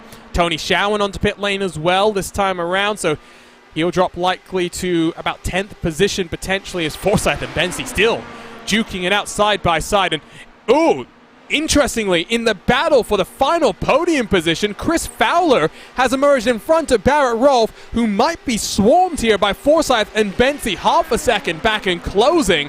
That's not the pit cycle that Barrett Rolfe would have wanted, Andrew. Yeah, this was what I talked about earlier, Arjuna, where what Fowler was able to do was he was able to have that lower average lap time that just allowed him to be able to extend out and get in front of both Forsyth and Rolfe. But what Rolfe really needs here is he needs to not fight with these guys and get somehow back onto the back of of Chris Fowler. But Fowler is almost 2.5 seconds now up the track. So right now, Barrett Rolfe has the advantage of the freshest tires of the bunch, but he's got to be able to find a way to make that work and get back onto the back, or else he is going to miss out on a podium here. Newsom still out on track, lap 33 and counting. Surely she's in this time around, as Matt Taylor will come in for his final stop of the year as well. Slowing down, so it indeed will be number 63 car onto the lane with one hand on the championship. No issues there. Pit lane has been a problem spot for Newsom over the course of 2021, Justin, but putting all the demons to bed there. What an entry that was. Right up to the cone, timing it up right. Tough part's going to be that car coming out right in front of Matt Taylor. He's in space to be able to roll on through the pit lane, staying about 55 miles an hour or so. See that little slide. Newsom still able to get up onto the jacks. So this is going to be the interesting part, because it looks like Newsom's trying to position herself, take less fuel. Actually took a little more fuel, if anything, in terms of the pit stop box time. Was 0.1 seconds slower than Malechka, who's already up to speed and sweeping through the middle of turns 1 and 2. Back to the race lead is the 91 car. But Alexis Newsom works herself off a pit lane, just has to survive 16 laps, and she will be the inaugural Lionheart Speedway Series champion. Well, are we going to see a caution? Given how things are spread out right now, other than the battle for 4th on back, I think I'd be a little bit shocked here, Andrew. Yeah, I would be surprised if we saw a caution this late in the race, given how these guys are driving. They've all been doing a really, really good job of keeping things neat, and giving each other enough space that there hasn't really been too many instances where it's been really close to coming together. So given how these guys are driving, as we see Forsyth getting really wide there coming out of 2, just as I'm saying how good they're driving, I think that will be good. But definitely as the laps come down, there will get a little bit more desperation. So look at, if there is going to be an issue, it's going to be right with the type of battle that you're seeing on screen here, which is a really close battle for that those top 5 positions. You might see Forsyth and Bensy start to get a little bit desperate here. So if there is an issue, it'll probably be around here. Nick DeGroot onto the lane as well. Just going to cycle out in 14th position for the third of the factory back cars, and it is looking like it's not just a factory back driver that will win the Drivers' Championship. It will be a factory backed team championship as well, Justin. But how different things could have looked if Christopher was still in this championship. If Adrenaline Motorsports still had 3 cars out on track, they would definitely have looked at securing that championship even before we came here for this double points finale. Yeah, just absolutely incredible, some of the luck that went the opposite way for some of these drivers over the past few rounds or so. We mentioned the struggle Taylor, we mentioned the struggles in terms of luck for Fowler.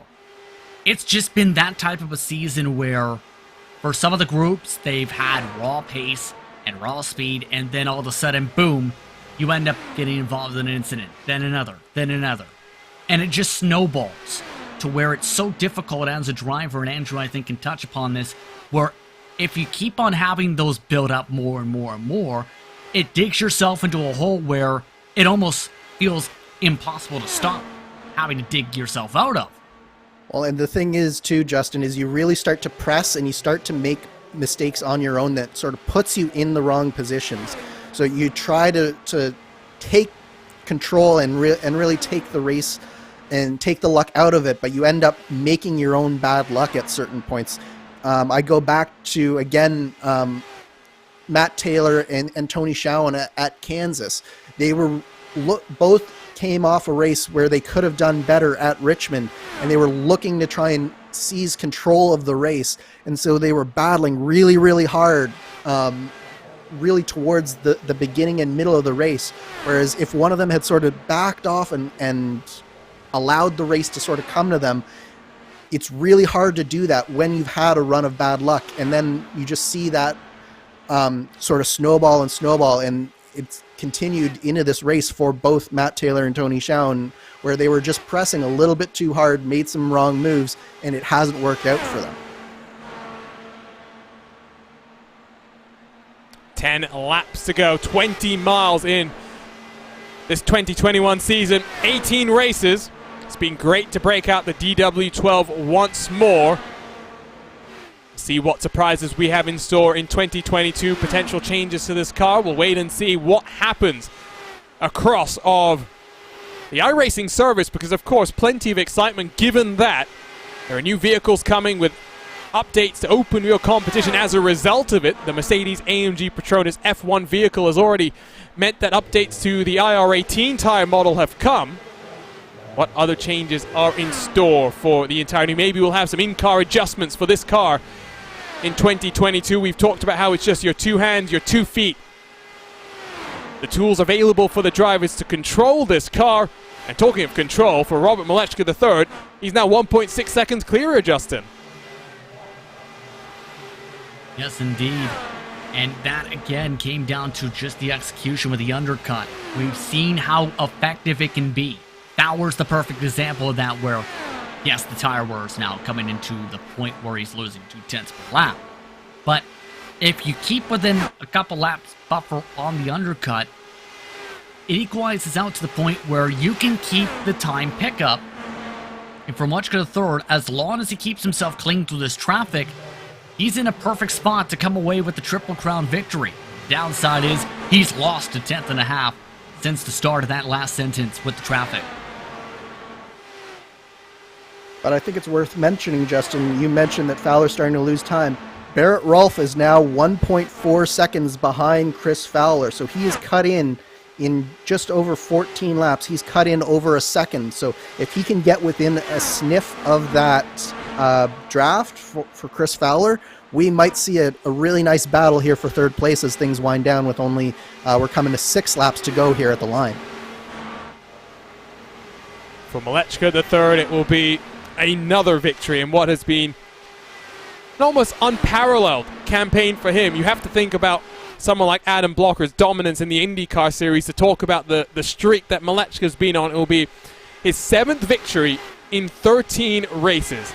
It seems like when he finishes outside of a win, it's because he's had some sort of an issue, whether it be a crash, an error on pit lane, just misfortune in terms of timing things up. 5 poles to his name as well. He will be one to watch in 2022. Newsom is close, not close enough. But here comes the charge from Barrett Rolfe, Justin. Now 2.5 tenths behind Chris Fowler. Has to rip that podium back. Here comes that run to the outside. Got the fresher tires and now the clean air on the front wing to make this work. Chris Fowler, nothing he can do there to defend. They try and snake down the backstretch. Here's the thing, though. Newsom is using the traffic like slingshots for the final 4 laps. She's got a chance here if she plays this out perfectly. But surely, no risk. That's got to be what's on the top of mind, forefront of the thinking for the 63 car with 4 laps to go. There you can see the gap is now down to 0.6 of a second. Factory backed running in a line. That'll be a good photo opportunity coming to the checkered flag, I'm sure. Not sure if that's on their minds at this point, Andrew. Yeah, it's just been so impressive. They've worked so well as a team, and I think that's really what separated them from the rest of this field today is more than anything else, this team today has really come together and worked so well together. We saw a little bit of fighting between the Race First boys earlier. We saw that Tony Schowen and Joe Branch really never got going with how Tony started this race, but Factory Back has done such a good job of working together, and they've dominated this race and this championship because of it. And Andrew, what makes this DW12 so much fun on the ovals? We've seen some great driving, some great setups as well, but this car is just inherently designed for oval racing, very different to what we see with the IR18. Yeah, the big thing with this car is it's really all about managing your tires and managing the aero. So you have the ability to, at the beginning of the run, stay close, make a lot of passes, but then things start to string out like we saw here today, and it really puts it in the driver's hands. So you see the likes of Malechka and Newsom, the cream really rises to the top with this car, and it produces some fantastic racing. White flag in the air for the final time in 2021 and the Lionheart Speedway Series. Newsom is close, still a little bit too far behind, but Justin, she is closing and closing fast. As long as Newsom gets a big enough run entering turn 3, potentially coming off the corner, she's got a great shot. Malechka to the third playing almost too aggressively on the defense here. The goal with the DW12 was to deliver something iconic. That's what we've seen in 2021. Malechka wins the thumbs up canter down 300 presented by -273. But your inaugural Lionheart Speedway Series champion is Alexis Newsom. What a season it has been. Ups and downs, twists and turns. But ultimately, it's Alexis Newsom, the first female champion in Lionheart Racing Series history. An unbelievable night for Factory Backed. An unbelievable night for the career of Alexis Newsom. Alexis Newsom won in many different ways, from dominating performances to fuel strategy, and was the most consistent driver of the entire season. Well deserved the championship, but it was a team effort through and through. And domination for Factory Back to close off this 2021 season. Not just Alexis Newsom, your driver's champion, but HyperX team champions for Factory Backed. What a day for the team. Barrett Rolfe completes the podium. Good drive from him, but once more qualifying issues just mean he wasn't at the front where he needed to be when all things were said and done. With that said, though, let's go ahead and take a look at our Carnox race results after 300 miles of action at the Auto Club Speedway. No cautions for the second time in this DW12. What a race it was. Robert Malechka the third takes his 7th victory in 13 races, but Alexis Newsom, just 1/10 behind, is your champion in the Lionheart Speedway Series. Barrett Rolfe completes the podium with Chris Fowler, Caleb Bency, Craig Forsyth, and Joe Branch, the cars on the lead lap, while Jeff Young, Gary Godso, Matt Houston round out the top 10.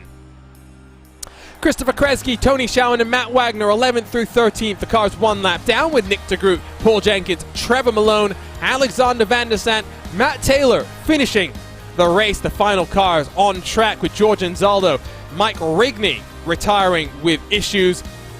Dean Moll, Charles Teed, and AJ Musselman all getting mixed up in incidents midway through this race.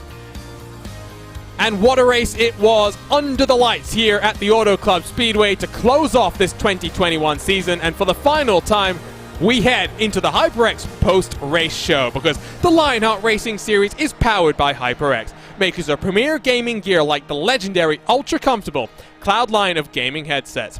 Whatever you play, however you play, HyperX knows that we're all gamers. For more information on HyperX products, visit hyperxgaming.com, and don't forget to use the promo code Lionheart15, that's LIONHRT15, for 15% off all orders.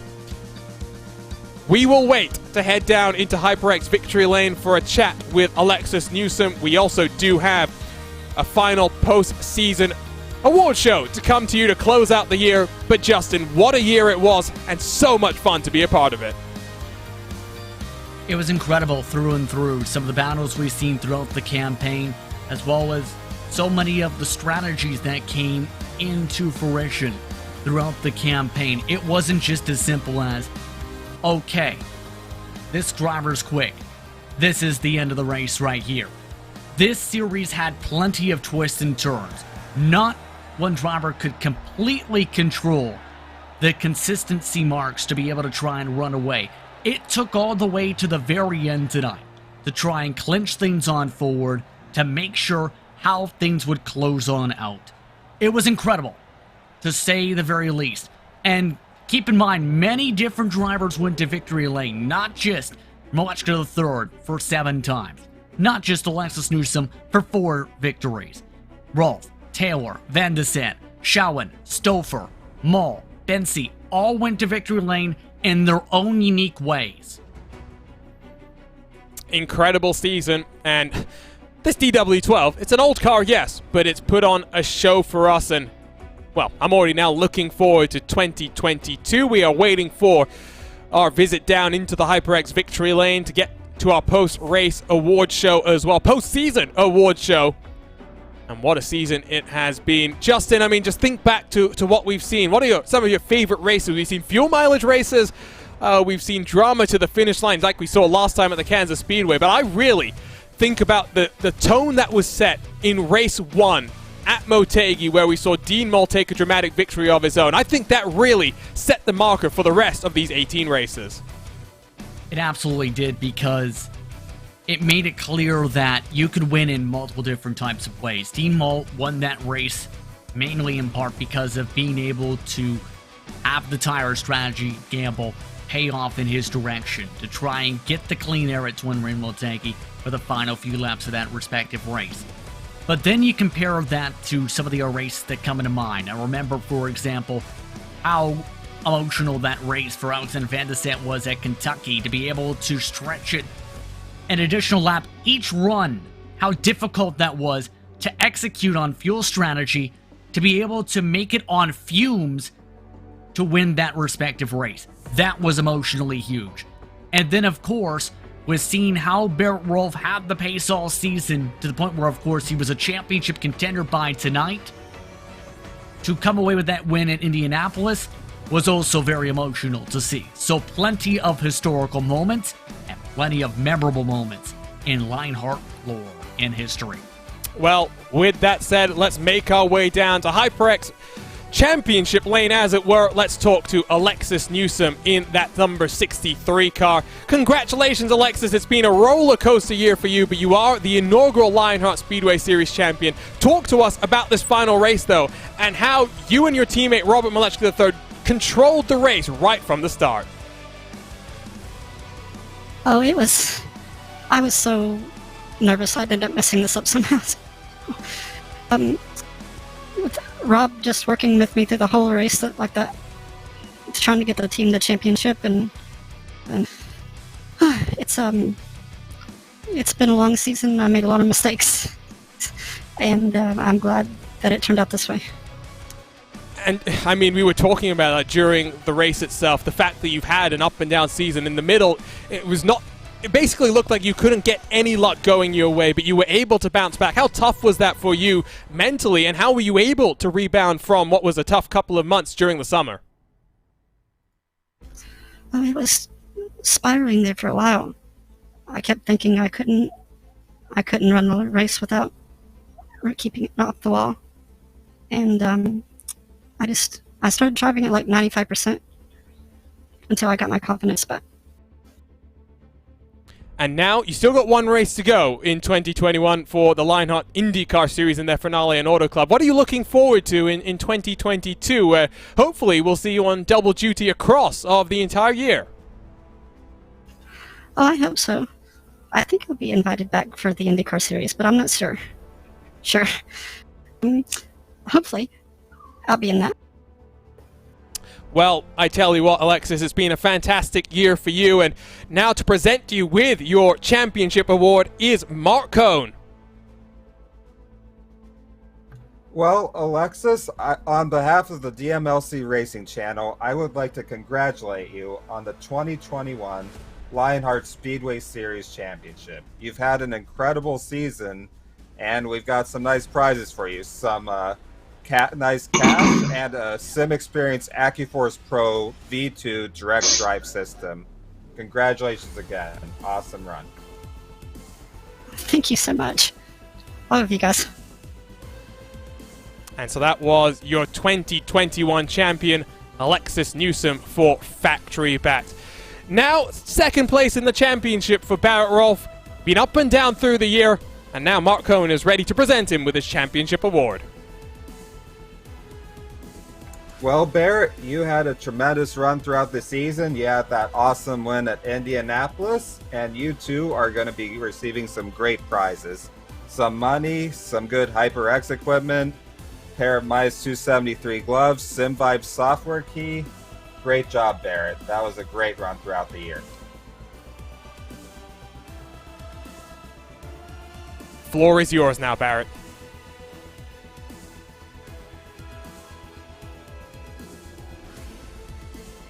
Barrett seems to be so excited that we apparently don't have him here, speechless. Barrett, do we have a copy on you? Apparently not, so we will head over then from second place in the championship to HyperX Victory Lane, where Robert Malechka III is standing by. Rob, what a way to close out the 2021 season for you.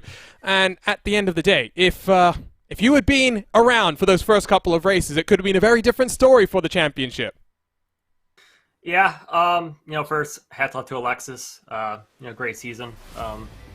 She deserved the championship there. Glad we could, work together there the whole race. We brought our way away from the pack initially, and then we both knew that one lap pace we were faster than the field. So, got her the championship. I got the win, which I'll take, and I believe that's 7 wins for me out of 13 races, so I would definitely take that as well. Yeah, 7 wins, 13 races, and I feel like when you weren't winning, you just had bad luck involved in incidents, often by through no fault of your own. Yeah, that's racing, it is what it is. Glad I didn't dominate, because viewership-wise, that's not great. I wish we could have put on a better show, but I think the right person won the championship in the end. Well, even though you only participated in 13 of the 18 races, you are third place in the championship, and Mark Cohn is here to present your third place championship award. Well, Robert, you had a heck of a season, and of course we've got some prizes for you as well. Money, you get a choice of HyperX keyboard, mouse, or headset, and you're going to get a pair of -273 gloves. Good job throughout the season. Well done. Yeah, thank you, Mark. Thank you, George, as well. You guys put on an amazing league that I didn't find out until it was too late. But Yeah, thank you to HyperX for sponsoring this series. Thank you as well at RaceSpot for broadcasting and announcing. So that was winner here today to close off 2021. That was Robert Malechka III. And now standing by to present your Driver of the Year, presented by the DMLC Racing Channel, Mark Cohn, take it away. Driver of the Year. This award is unique in that it is not given solely based on speed, but on heart. The one that does so much not just on the track, but off it as well. It may be the friendly face that welcomes newcomers, or the one that helps those struggling in need or has questions. The Driver of the Year is the one that makes the positive impact on the league. The driver I have chosen is one who has a few years within the league under his belt. This proven winner gives it 100% in every race he competes in, and will race you as clean as a whistle. Off the track, he's someone who will always tell you like it is, but in a respectful manner. He loves Lionheart, and Lionheart loves this class act. Our 2021 Lionheart Speedway Series Driver of the Year is Mike Rigney. Wait, what? Congratulations, Mike. You're our 2021 Speedway Series Driver of the Year. Wow. Really? Wow. That's you guys fibbed. That's not the name I saw on the list in the admin chat. Wow. I don't have words. Thank you. It's an honor. I do love this league. I love everybody in this league, and I'm speechless. Thank you, Mark. That's incredibly kind of you. And there's so many more well-deserving guys than me, but to be honored in such a way is unbelievable. You've blown me away. Thank you very much. I appreciate it. And a well-earned Driver of the Year award for someone that helps out behind the scenes as well.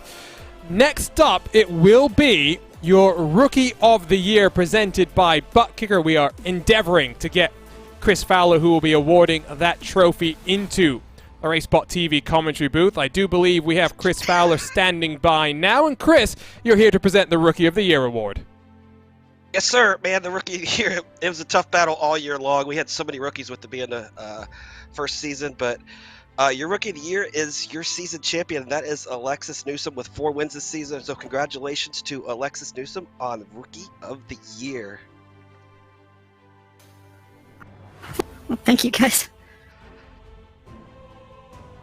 Well, and I tell you what, since we have Alexis here in the booth, Chris, you're also here to award the Team's Championship, which goes to Factory Backed.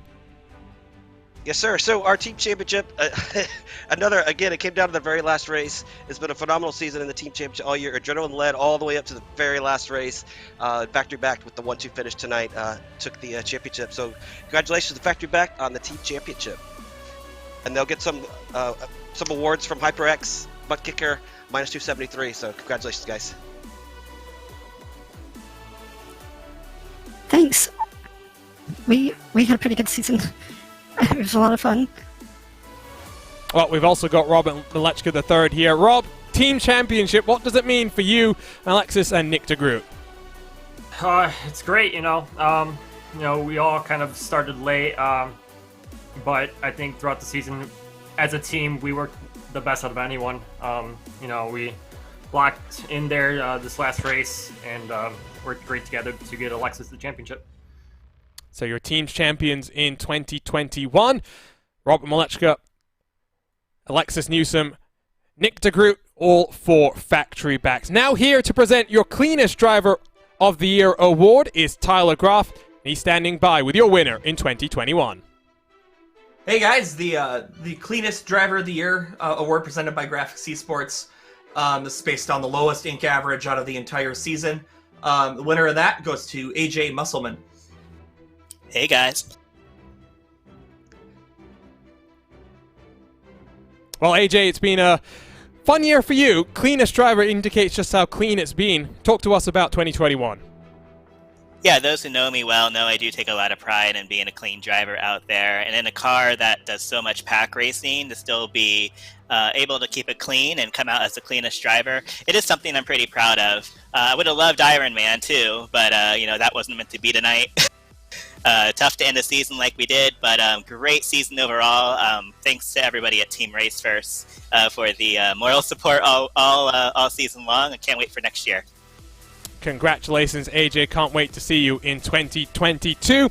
And here as well to present the Turning Point Award, the driver that improves the most from the first half of the year to the second half, is Tyler Graff. Yep, so the Turning Point Award is also presented by Graphics Esports. This is, like Arjuna said, the best turnaround in a season. And it was pretty obvious based on how they were running.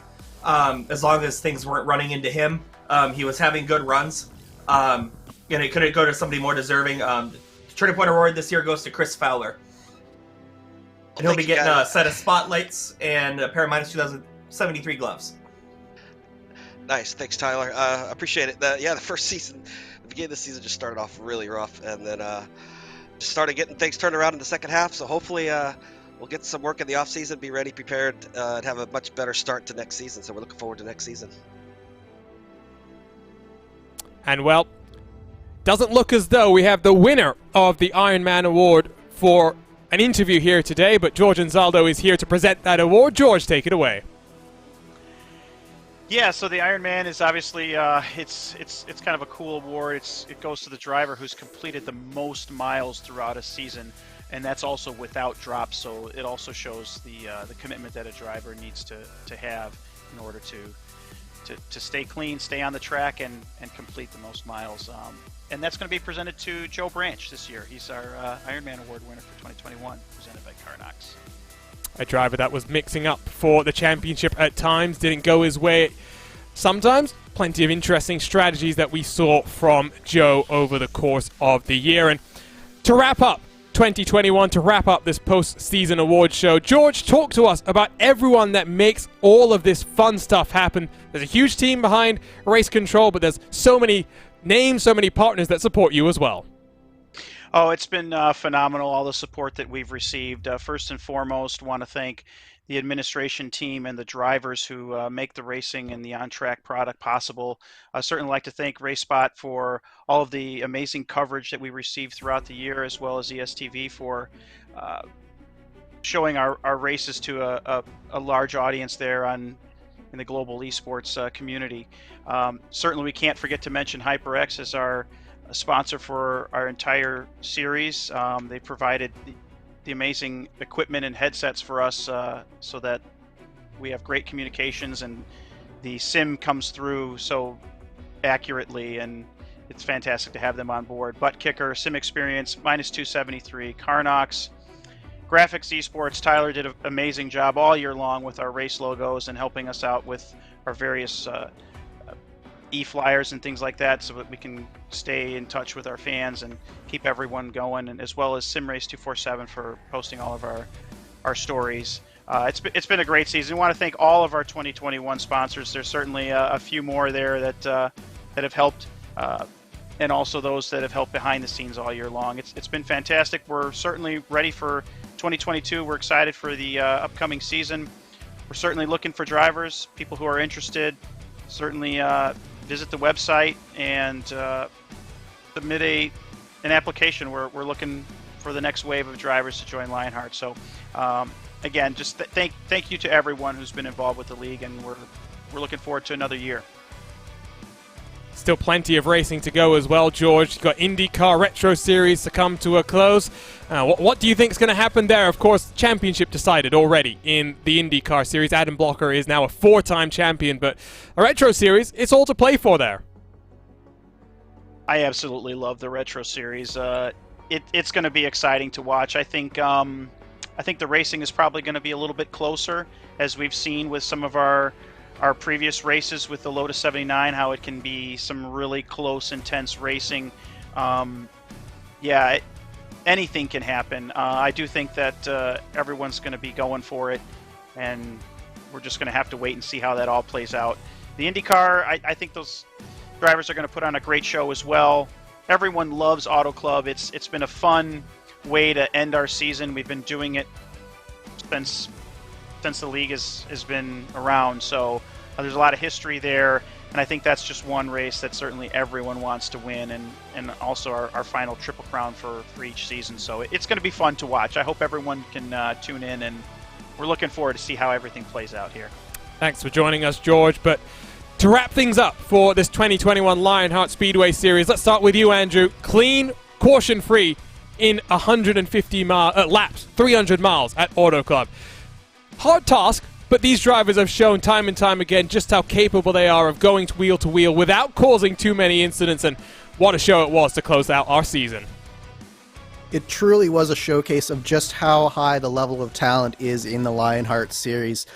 As you mentioned, so many rookies in this field today, but they all performed like veterans, and none more so than our champion Alexis Newsom and her teammate Robert Malechka III taking home the team championship as well. Just an absolutely fabulous race and an excellent way to end this season, and I can't wait to see what the other Lionheart series has in store for us as well. And for you, Justin, I mean, started back in March. It's been a long road to get here at the end of November with a new champion, our first female champion in the Lionheart Racing Series. It's been so much fun, and we still got a couple of races left to go. Absolutely, when it comes to some of the action, it's been intense, it's been busy, it's been hectic for some of these drivers. But in the end, the best of the best came out with the hardware and finished out on top. This is the type of series, this is the type of sanctioning body where it takes so much to be able to win, so much to be able to prove that you belong. And in the end, we've seen many of these drivers make a name for themselves this season. An incredible Speedway Series campaign. I can't wait to see how IndyCar and Retro Series competition ends as well.